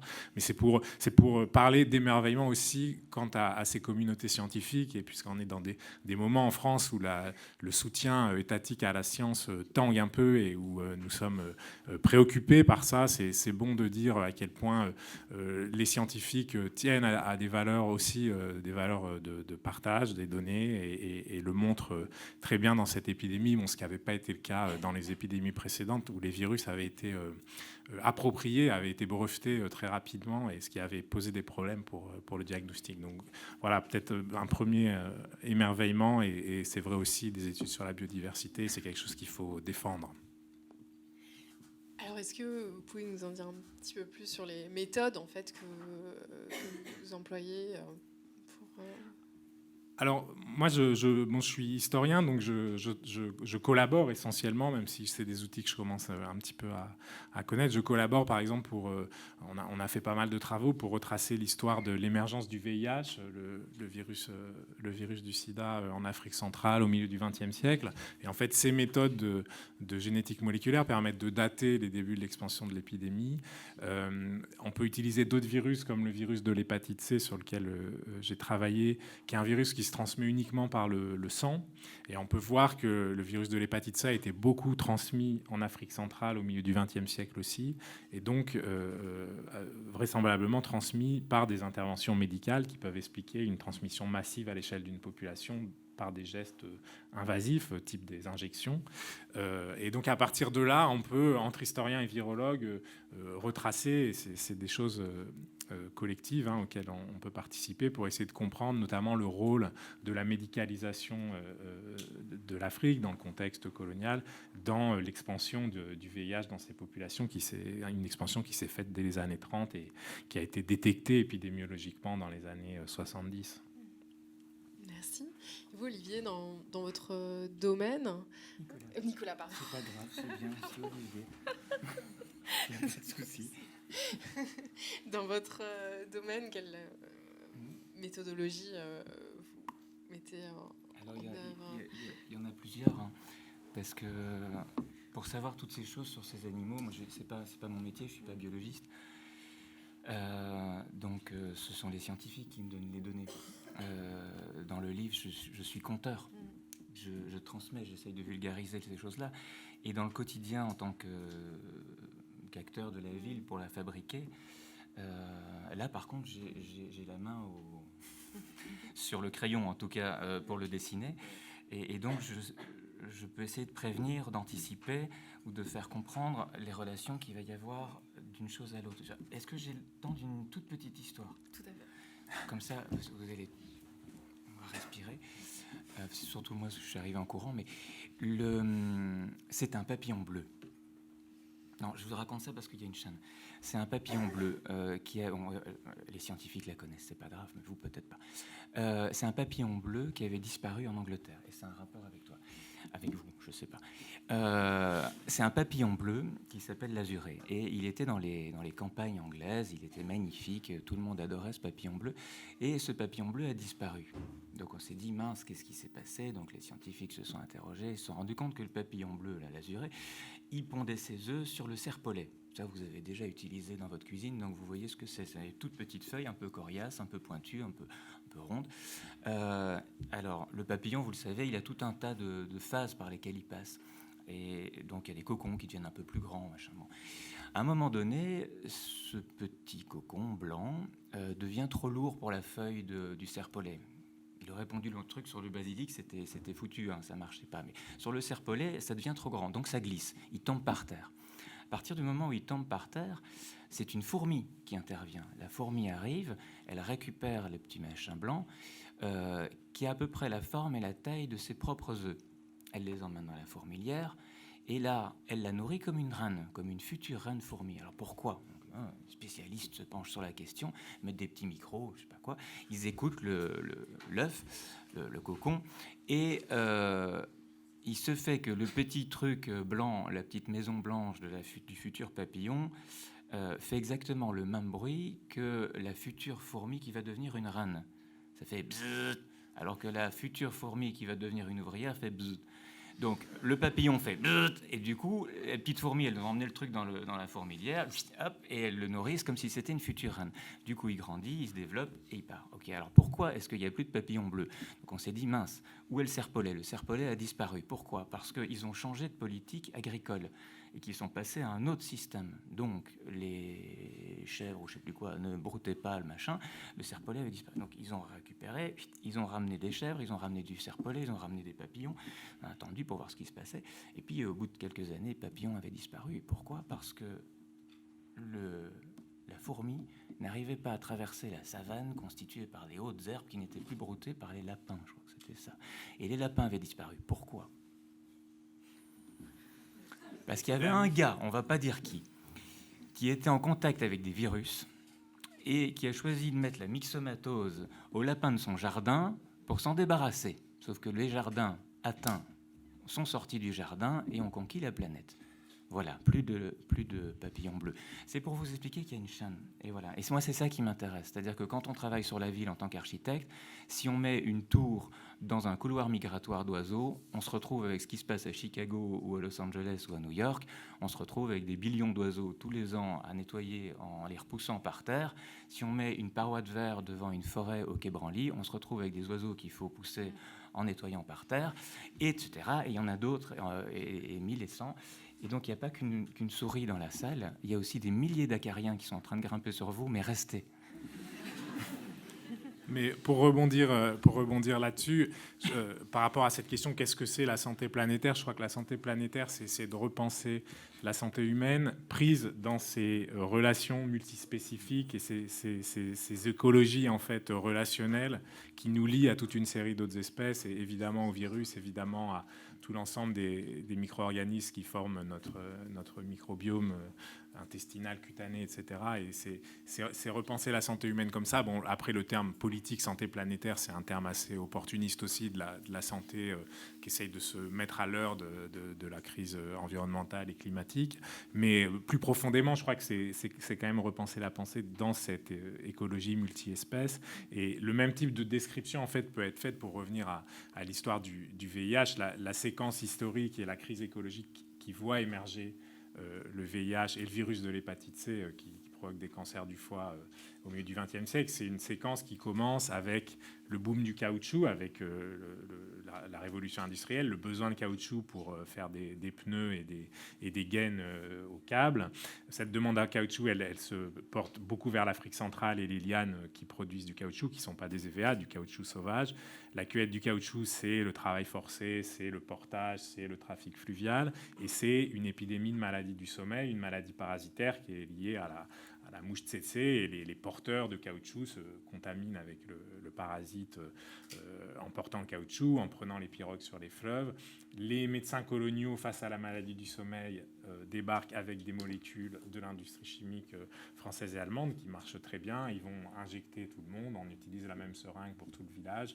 Et là, il y a des autres êtres vivants qui se disent ah, tiens, c'est peut-être une bonne idée d'être sur l'aiguille, et qui comme ça, deviennent épidémies. Donc en fait, ces relations multispécifiques, elles sont aussi très importantes pour penser la pathologie, les pathogènes. Et puis il y a les épidémies aussi qui émergent en fait de la difficile cohabitation entre vivants et ces espèces qui sont délogées de leur espace naturel. On pense aux épidémies de Ebola, peut-être que vous voulez... Alors oui, je pense qu'il faut qu'on parle d'être vivant, et je suis curieux de t'entendre là-dessus, sur les chauves-souris, puisque les données qui sont encore sorties hier sont très claires sur le fait que le coronavirus est directement, sans même événement de recombinaison, un virus qui vient d'une chauve-souris spécifique, où a été vendu dans le marché, ou est passé par le marché, et a fait ce qu'elle avait à faire sur la nourriture qui était vendue, etc. Mais bon, en tout cas, les chauves-souris sont dans l'affaire, et c'est une grande énigme parce que les chauves-souris sont un réservoir viral très important pour la pathologie humaine, avec les filovirus comme Ebola, avec d'autres virus. Et c'est un peu une énigme, mais qui est, je pense, passionnante aussi pour les sciences sociales. C'est qu'est-ce que les chauves-souris ont de spécial qui les rendent si importantes pour la santé humaine, alors même que sur l'arbre généalogique du vivant, elles sont assez loin de nous. Évidemment, les primates, mais même les rongeurs, sont plus proches de nous que les chiroptères. Donc c'est un petit mystère, ces chauves-souris. Oui, moi, je les aime bien, moi, les chauves-souris, mais effectivement, moi je parle des pipistrelles de Paris, quoi, pas celles qui se baladent avec Ebola. Mais je me suis rendu compte d'un truc, c'est marrant, je t'entendais. Donc il y a des bonnes et des mauvaises. Alors voilà, j'en sais rien, je viens de découvrir qu'il y en avait des très mauvaises. Mais non, ce qui est intéressant quand tu parles du caoutchouc, etc., c'est, après il y a une hiérarchie, j'imagine, dans les problèmes, c'est finalement le moustique tigre. Plus de la moitié de nos départements français sont maintenant envahis par le moustique tigre. Bon, ils viennent des pneus aussi. Finalement, ils se sont baladés dans la flotte qu'il y avait dans les pneus d'un côté à l'autre, puis maintenant ils ont conquis la planète. Et on a tendance à croire que c'est à cause du réchauffement climatique qu'ils sont remontés, on dit ce soir, ils sont remontés jusqu'à l'île. Ça veut dire qu'à l'île, bientôt, ça va être tropical. Non, rassurez-vous, hein. Pas encore. Mais non, c'est simplement qu'ils sont très adaptables, en fait. Ils sont très costauds, ces trucs-là. Mais on en a partout. Et effectivement, on se dit, comment est-ce qu'on va les liquider? Et quand on sait que la chauve-souris, elle en croque 600 par jour, ça peut devenir un allié. Maintenant, qu'est-ce qu'on fait avec? Comment est-ce qu'on doit traiter la chauve-souris pour pas qu'elle nous contamine aussi? C'est ça la question. Et il y a le truc avec le léopard à Bombay qui m'avait surpris. Alors, on n'est pas dans des échelles très, très importantes. Mais il faut imaginer qu'à Bombay, donc au centre, il y a une forêt qui fait 3 fois la taille de Paris. Vous imaginez, dans le cœur de Bombay. C'est quand même grand. On n'est pas sur la forêt urbaine du parvis de l'hôtel de ville. Hein. C'est un sacré coup médiatique ici. 3 fois la taille de Paris. Bon, passons. Mais, donc, 3 fois la taille de... Donc, il y a plein de trucs là-dedans. Il y a plein de bestioles et des cobras, il y a des trucs, plein de machins. Et il y a aussi une quarantaine de léopards en liberté. Sur les franges, il y a quelques problèmes de cohabitation, avec de temps en temps un condominium super sécurisé avec des caméras, et de temps en temps un bidonville. Et donc le léopard, qu'est-ce qu'il fait? Il sort de la forêt, et puis de temps en temps il va croquer ce qu'il peut à la sortie de son territoire, et donc ça pose quelques problèmes. On peut comprendre. Mais en même temps, il rend un service, parce que dans les années, je ne sais plus quoi, 80-90, on avait... booster le bétail en Inde avec des super antibiotiques. Ces super antibiotiques, quand les bêtes étaient mortes sur le charnier, après, elles étaient nettoyées par des vautours, donc les vautours sont morts. Et qui a pris le relais? Les chiens sauvages. Et comme on est au pays de Gandhi et qu'on est dans un pays où les chiens sont bleus, je ne sais pas si vous savez, ça c'est une autre histoire, mais il y a une rivière qui est tellement polluée que les chiens qui vont dedans ressortent, ils sont bleus. Bon, ils n'ont pas une durée de vie énorme. Bon, mais comme on est au pays de Gandhi et qu'il y a des chiens, pas toujours bleus, mais sauvages, et qu'on ne va pas les tuer, et qu'on ne va pas les chasser, et qu'on n'a pas non plus l'argent pour les vacciner, ils transportent la rage. Et donc, dans ce cas-là, le léopard est plutôt un copain aussi, parce qu'il en croque, je ne sais plus, une quarantaine, à un rythme incroyable. C'est devenu son plat principal. Voilà. Donc c'est tout ça, c'est des équilibres. Et c'est vrai que moi, c'est ce qui m'intéresse dans la ville, c'est qu'on est on est face à un laboratoire qu'on ne contrôle pas. Hein. Enfin, je ne sais pas, on ne contrôle pas, c'est le bazar. Et puis c'est assez nouveau, l'écologie urbaine. C'est une discipline qui est assez jeune. On peut faire que des constats. Mais ces métamorphoses, il y a une vitesse incroyable et passionnante. Et quand on sait que tous les animaux sont vecteurs de virus, la cohabitation il y a encore un niveau de plus de difficulté. Alors moi, je propose qu'on ouvre peut-être la parole au public à nouveau. Donc, aussi, on va essayer de prendre plusieurs questions comme tout à l'heure et puis de revenir. Est-ce qu'on les prend à la suite ou 2? Merci. Ancien élève Sciences Po. Je vais poser une question très courte. Si dans la rue, vous dites à quelqu'un qui est en face « coucou », qu'est-ce que ça veut dire? On peut demander à la souris de nous aider. Il faut répondre, il connaît la réponse.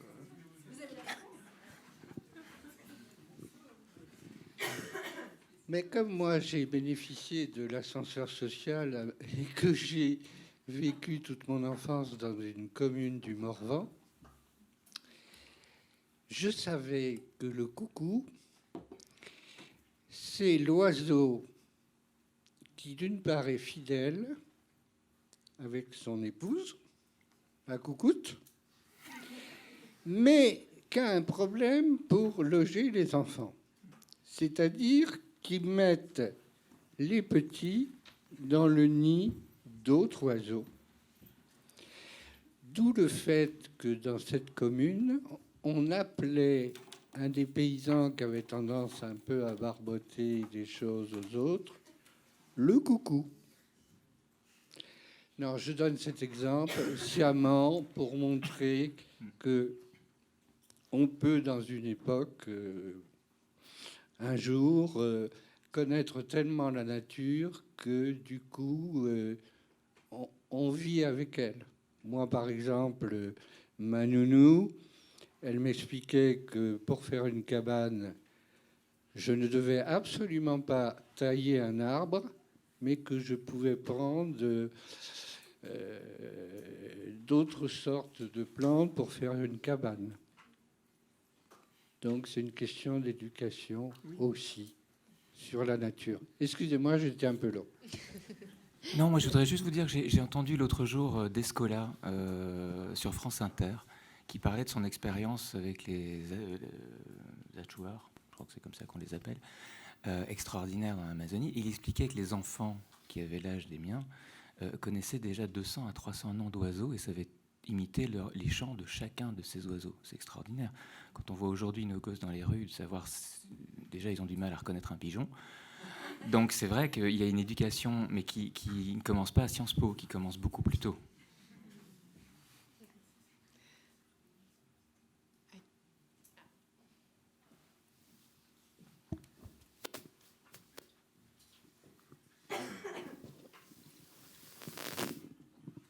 Bonsoir. Moi, ce serait une question par rapport plutôt au côté architecte, paysagiste. J'aimerais savoir un peu, justement, qu'est-ce que l'architecte d'aujourd'hui, qu'est-ce qu'il a comme outil ou collaboration possible pour anticiper les effets possibles pervers de sa construction ou permettre qu'elle soit intégrée dans un milieu naturel, on va dire, malgré le fait que ce soit en ville. Voilà.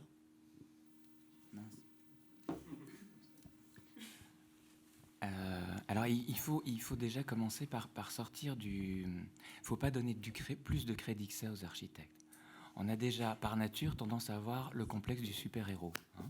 Ça, il faut le savoir. On a l'impression qu'on va changer la face du monde, qu'on va sauver la planète et qu'on est seul constructeur de la ville. Ce n'est pas du tout le cas. Hein. C'est des équipes maintenant qui sont de plus en plus transdisciplinaires, pluridisciplinaires. C'est ça qui est passionnant, c'est qu'on travaille de plus en plus avec des équipes de scientifiques aussi pour, en amont, essayer de comprendre comment ça fonctionne. Alors les équipes sont parfois tellement grandes, l'effet pervers de ça, c'est que du coup, plus personne touche rien du tout, et donc tout le monde fait du copier-coller. Il faut le savoir, ça c'est la réalité aussi. Et donc ça, c'est l'effet pervers du système. Mais les collaborations, c'est de plus en plus passionnant. Je pense que les architectes les plus courageux sont peut-être ceux qui font rien. C'est difficile de dire ça, hein. Mais quelquefois sur un territoire, il vaut mieux rien faire et observer et comprendre ce qui se passe plutôt que d'agir en pensant qu'on va créer quelque chose. Parce que comme le pneu, comme le machin, comme le truc, on va entraîner une chaîne très très grande. Alors bon, il faut construire, on est dans la ville, il y a tout un tas de situations, on est obligé de... Et du coup, c'est là où ça devient intéressant, c'est d'essayer de comprendre comment en amont, quand on est mandataire d'une équipe, les architectes le sont parfois, pas toujours, quand on est mandataire d'une équipe, on peut essayer de faire plier dans une direction ou dans une autre. Là aussi, on se retrouve sur les mêmes débats de tout à l'heure, c'est-à-dire que vous avez en face de vous un élu, vous avez avec vous un promoteur, c'est lui qui a la bourse, l'élu, c'est lui qui a l'image, il la veut tout de suite, et donc il y a toute une série de choses où il y a des compromis à faire, c'est pas évident. Très clairement, on est dans une situation qui n'est pas évidente. Mais c'est pour ça que je pense qu'il faut de plus en plus travailler avec les étudiants en archi et en paysage et en urbanisme sur ces questions-là pour les informer de ces choses-là, parce que eux, maintenant, ils commencent à avoir des attitudes qui sont de plus en plus intéressantes et qui sont plus nos prérequis et nos manières de composer qu'on avait encore il y a 10 ans. Il y a un virage qui est en train de se faire. Ça, c'est bien. Je ne sais pas si j'ai répondu. C'est long, mais voilà. Oui. Bonsoir. Merci pour vos interventions. Juste avant, dans la table d'avant, on a parlé de dissonance cognitive. Et moi, je suis marqué par une dissonance cognitive peut-être la plus flagrante, qui est que, par exemple, les élites urbaines, dont on fait sûrement partie, qui font la nuit des idées, par exemple, c'est les personnes qui voyagent le plus et qui ont probablement le plus et le plus loin, donc ont probablement les empreintes carbone les pires. Et je suis marqué aussi par le coronavirus, où là, le coronavirus arrive, et d'un coup, on arrête tout vol. D'ailleurs, Sciences Po a rapatrié tous ces étudiants en Chine. Donc, on coupe un certain nombre de transports, de mouvements, de flux, alors que là, on ne se pose plus la question de la dissonance cognitive avec un virus. Donc, ma question va à l'historien des sciences. Est-ce que vous pensez qu'un virus peut, en fait, sauver le climat ? Et si voilà, est-ce qu'un historien des sciences dans 100 ans se dira que finalement c'est ça qui aurait pu peut-être sauver la mise, quoi. Voilà.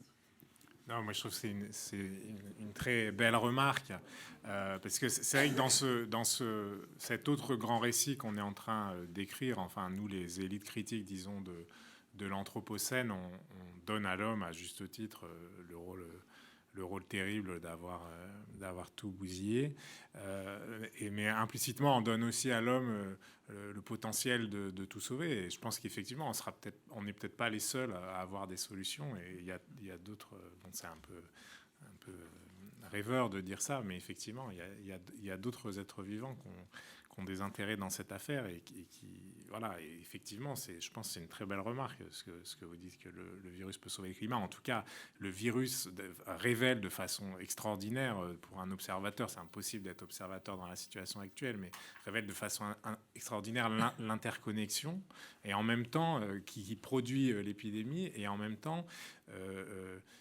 qui va se manifester aussi par des ruptures de stock. Par exemple, l'industrie pharmaceutique est inquiète, non pas pour lutter contre le coronavirus, mais parce qu'aujourd'hui, la pénicilline, les précurseurs sont fabriqués dans 3 usines chinoises différentes, assemblés en Inde et empaquetés en France, et que ces chaînes d'approvisionnement sont rompues. Donc, en même temps, il manifeste la fragilité, soi-disant cette interconnexion du monde mondialisé, et en même temps la fragilité extrême de ces liens.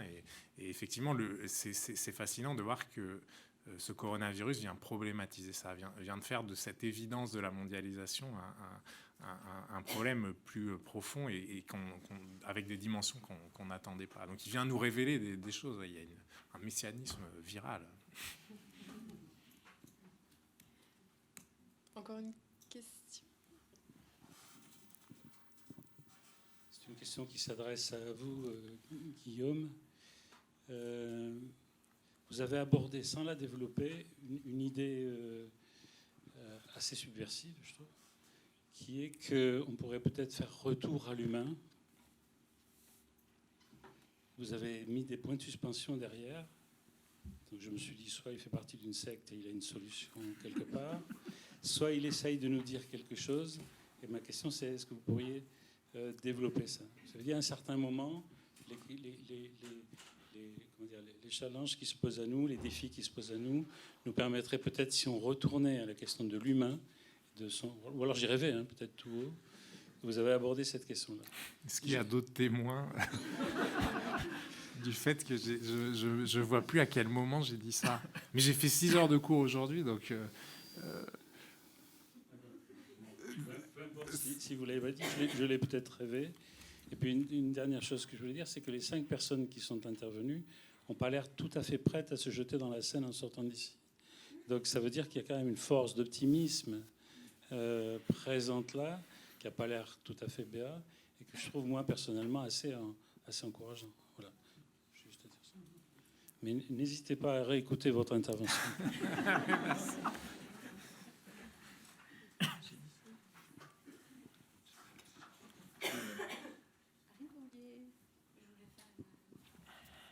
Moi, je trouvais ça très intéressant d'avoir fait ce panel, justement, parce que je me demandais si, finalement, la déconnexion avec la nature, elle vient pas aussi de cette forme d'hygiénisme qu'on a introduit dans nos sociétés pour se prémunir des maladies et des virus, et qu'en fait, on a peur de tout ce qui nous entoure, et on s'est coupé volontairement.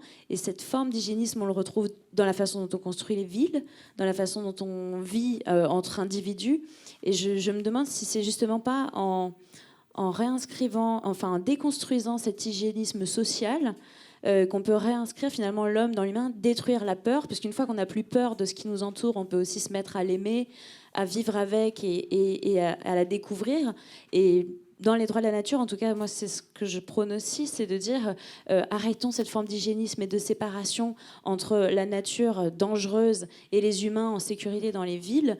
Et finalement, en déconstruisant cette peur, peut-être que là, on peut recréer et sortir de cette dissonance cognitive qui fait qu'on se rattache finalement à ce qui nous entoure. Vous voulez réagir pour... Oui, non, moi je suis assez d'accord sur cette perspective évidemment, qui traverse beaucoup de recherches aujourd'hui en santé, hein, sur une pacification de nos relations avec les microbes qui soit une rupture ou en tout cas une manière intelligente de relire Pasteur qui avait une vision en fait assez écologique du microbe, qui n'était pas justement une vision trop étroitement hygiéniste. Donc je suis assez d'accord là-dessus.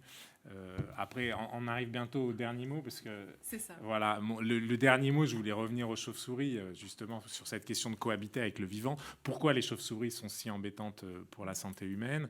Vraisemblablement, c'est pour deux raisons. C'est d'abord que les chauves-souris, c'est un des animaux les plus sociaux. C'est-à-dire que les chauves-souris sont quasiment les seuls mammifères avec nous qui vivent par millions, en mégapoles, dans des colonies de chauves-souris. Et en plus, ces colonies migrent, etc. Donc, c'est des millions de millions qui sont connectés. Et en fait, ça, épidémiologiquement, c'est extrêmement important, parce que ça permet à des infections type coronavirus de survivre dans l'espèce, parce qu'il faut des millions, parce que c'est des infections très courtes et très pathogènes. Et si on veut que la dynamique se poursuive indéfiniment, vous avez besoin d'une taille critique immense, et ça se modélise mathématiquement. Et la deuxième raison, qui est certainement encore plus importante, c'est qu'en fait, ces filovirus, ces coronavirus et encore d'autres virus très pathogènes chez les humains, chez les chauves-souris, ça ne leur pose aucun problème. C'est-à-dire qu'elles ont trouvé comment cohabiter, vraisemblablement parce que les virus sont là depuis longtemps dans leur espèce, et puis c'est peut-être lié à d'autres caractéristiques biologiques, ou encore une fois à ces questions de taille de colonie. Mais donc elles ont la solution. Effectivement, cohabiter, en fait, c'est toléré dans leur cas.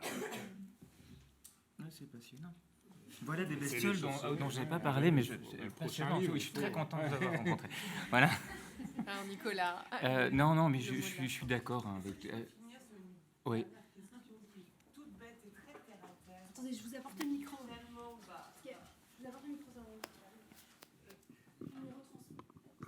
Bonjour et merci beaucoup, j'ai trouvé ça génial.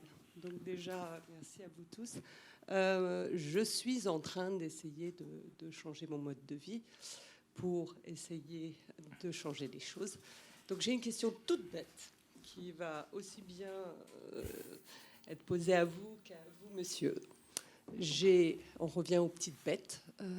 En l'espace d'une semaine, on m'a demandé de laisser passer quelqu'un pour tuer les blattes chez moi. Et la semaine d'après, on nous a affiché dans notre immeuble qu'il y avait des punaises de lit. J'ai refusé les deux. Ai-je raison ou ai-je tort? Donc on n'a pas traité chez moi ni l'un ni l'autre. Alors je ne sais pas lequel d'entre vous veut conclure sur cette question. Nicolas, peut-être à l'urbain. Je n'ai pas de recommandation. J'ai vécu dans une tour dans le 13e arrondissement, voilà, où la nuit, quand on allumait la lumière dans la cuisine, on n'était pas seul. J'ai fini par déménager. Ça venait par le conduit des poubelles machin des années 70. Il faut savoir que maintenant elles ont muté à New York et qu'elles volent, et qu'elles peuvent arriver directement par les airs. Donc bon, c'est pas la solution. Les punaises de lit, c'est un vrai problème, mais le vrai problème des punaises de lit, c'est Airbnb. C'est le modèle qui se développe sur Paris, entre nous. J'ai des voisins qui ont eu des punaises de lit dans l'immeuble, et on les regardait bizarrement. C'est terrible. C'est terrible parce que ça fait penser au film Contagion. Non, mais c'est ça. Vous l'avez vu, le film est génial, ce film Soderbergh. Au bout de très peu de temps, les gens tous, ils se reculent, machin. C'est ce qui se passe dans le métro aujourd'hui. Donc, punaise de lit. Alors, j'ai fait la rencontre d'un chien extraordinaire. Qui a été dressé pour trouver les punaises de lit. Ça existe. C'est un épagnol français, mais il était dressé en Autriche, donc il ne répondait qu'à des injonctions autrichiennes de ces 2 maîtres qui avant étaient dans un cirque. J'essayerai de vous trouver les informations, je les passerai, et puis voilà. Ça existe vraiment, et en fait c'était génial parce que le chien, donc moi évidemment je faisais des câlins, j'étais à 4 pattes avec le chien, m'a dit non, écoute, il faut le laisser travailler, machin. Ce chien avait été entraîné pour savoir si dans l'appartement il y en avait ou pas, et donc on traitait si l'appartement était ou non contaminé. Et comme j'y croyais pas trop, ils avaient un petit test, ils avaient une petite punaise de lit dans un truc comme ça, ils l'avaient planqué, et du coup le chien, quand il trouvait la punaise de lit, il recevait une babelle. Donc ça existe, voilà, ils font des trucs géniaux aujourd'hui pour éviter de traiter tout l'immeuble. Je vais être bref. En 2 mots, blatte, punaise de lit. Donc blatte, tout simplement, c'est pas un drame. On peut être allergique, avoir des rhinites et des asthmes aux blattes domestiques. Il faut vraiment qu'il y en ait beaucoup. Les traitements ne sont pas vraiment justifiés. Aujourd'hui, il y a des attractants et des pièges qui permettent de limiter leur population, mais quelqu'un d'un peu habile s'en débarrassera sans tout cet arsenal. Les punaises de lit, c'est un autre problème. Effectivement, et là, par contre, il y a une gêne considérable. Et malheureusement, la plupart des moyens qui sont utilisés sont soit des fumigations, soit des désinfections, de tout ce qu'on a pu amener qui pourrait contenir des punaises de lit. Et là, c'est beaucoup plus douloureux à traiter d'une manière globale. Après, il y a des solutions. Et il y a des solutions géniales. Je ne sais plus, c'est une feuille de haricot, un truc comme ça, non ? Il y a une plante qui, quand vous le regardez au microscope, elle a des espèces de crochets incroyables qui font que les punaises de lit, quand elles grimpent dessus, elles se plantent. Bon, c'est pas facile de faire pousser du pois de senteur chez soi, mais c'est une des solutions. Bon, alors ce sera le mot de la fin, puisque dans quelques minutes, une alarme va retentir. Et donc, la nuit des idées ici, c'est terminé. Merci.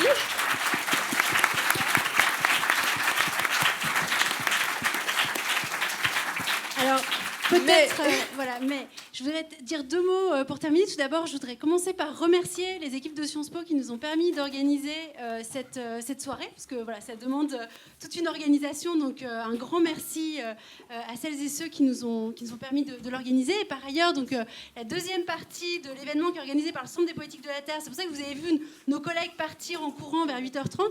En fait, ils sont juste en face, à l'Université de Paris. Donc, si vous voulez poursuivre la discussion avec eux sur la question des témoignages de vivants et d'autres apports de nos collègues de nos différentes disciplines, eh bien, vous n'avez qu'à traverser la rue. Voilà, merci beaucoup.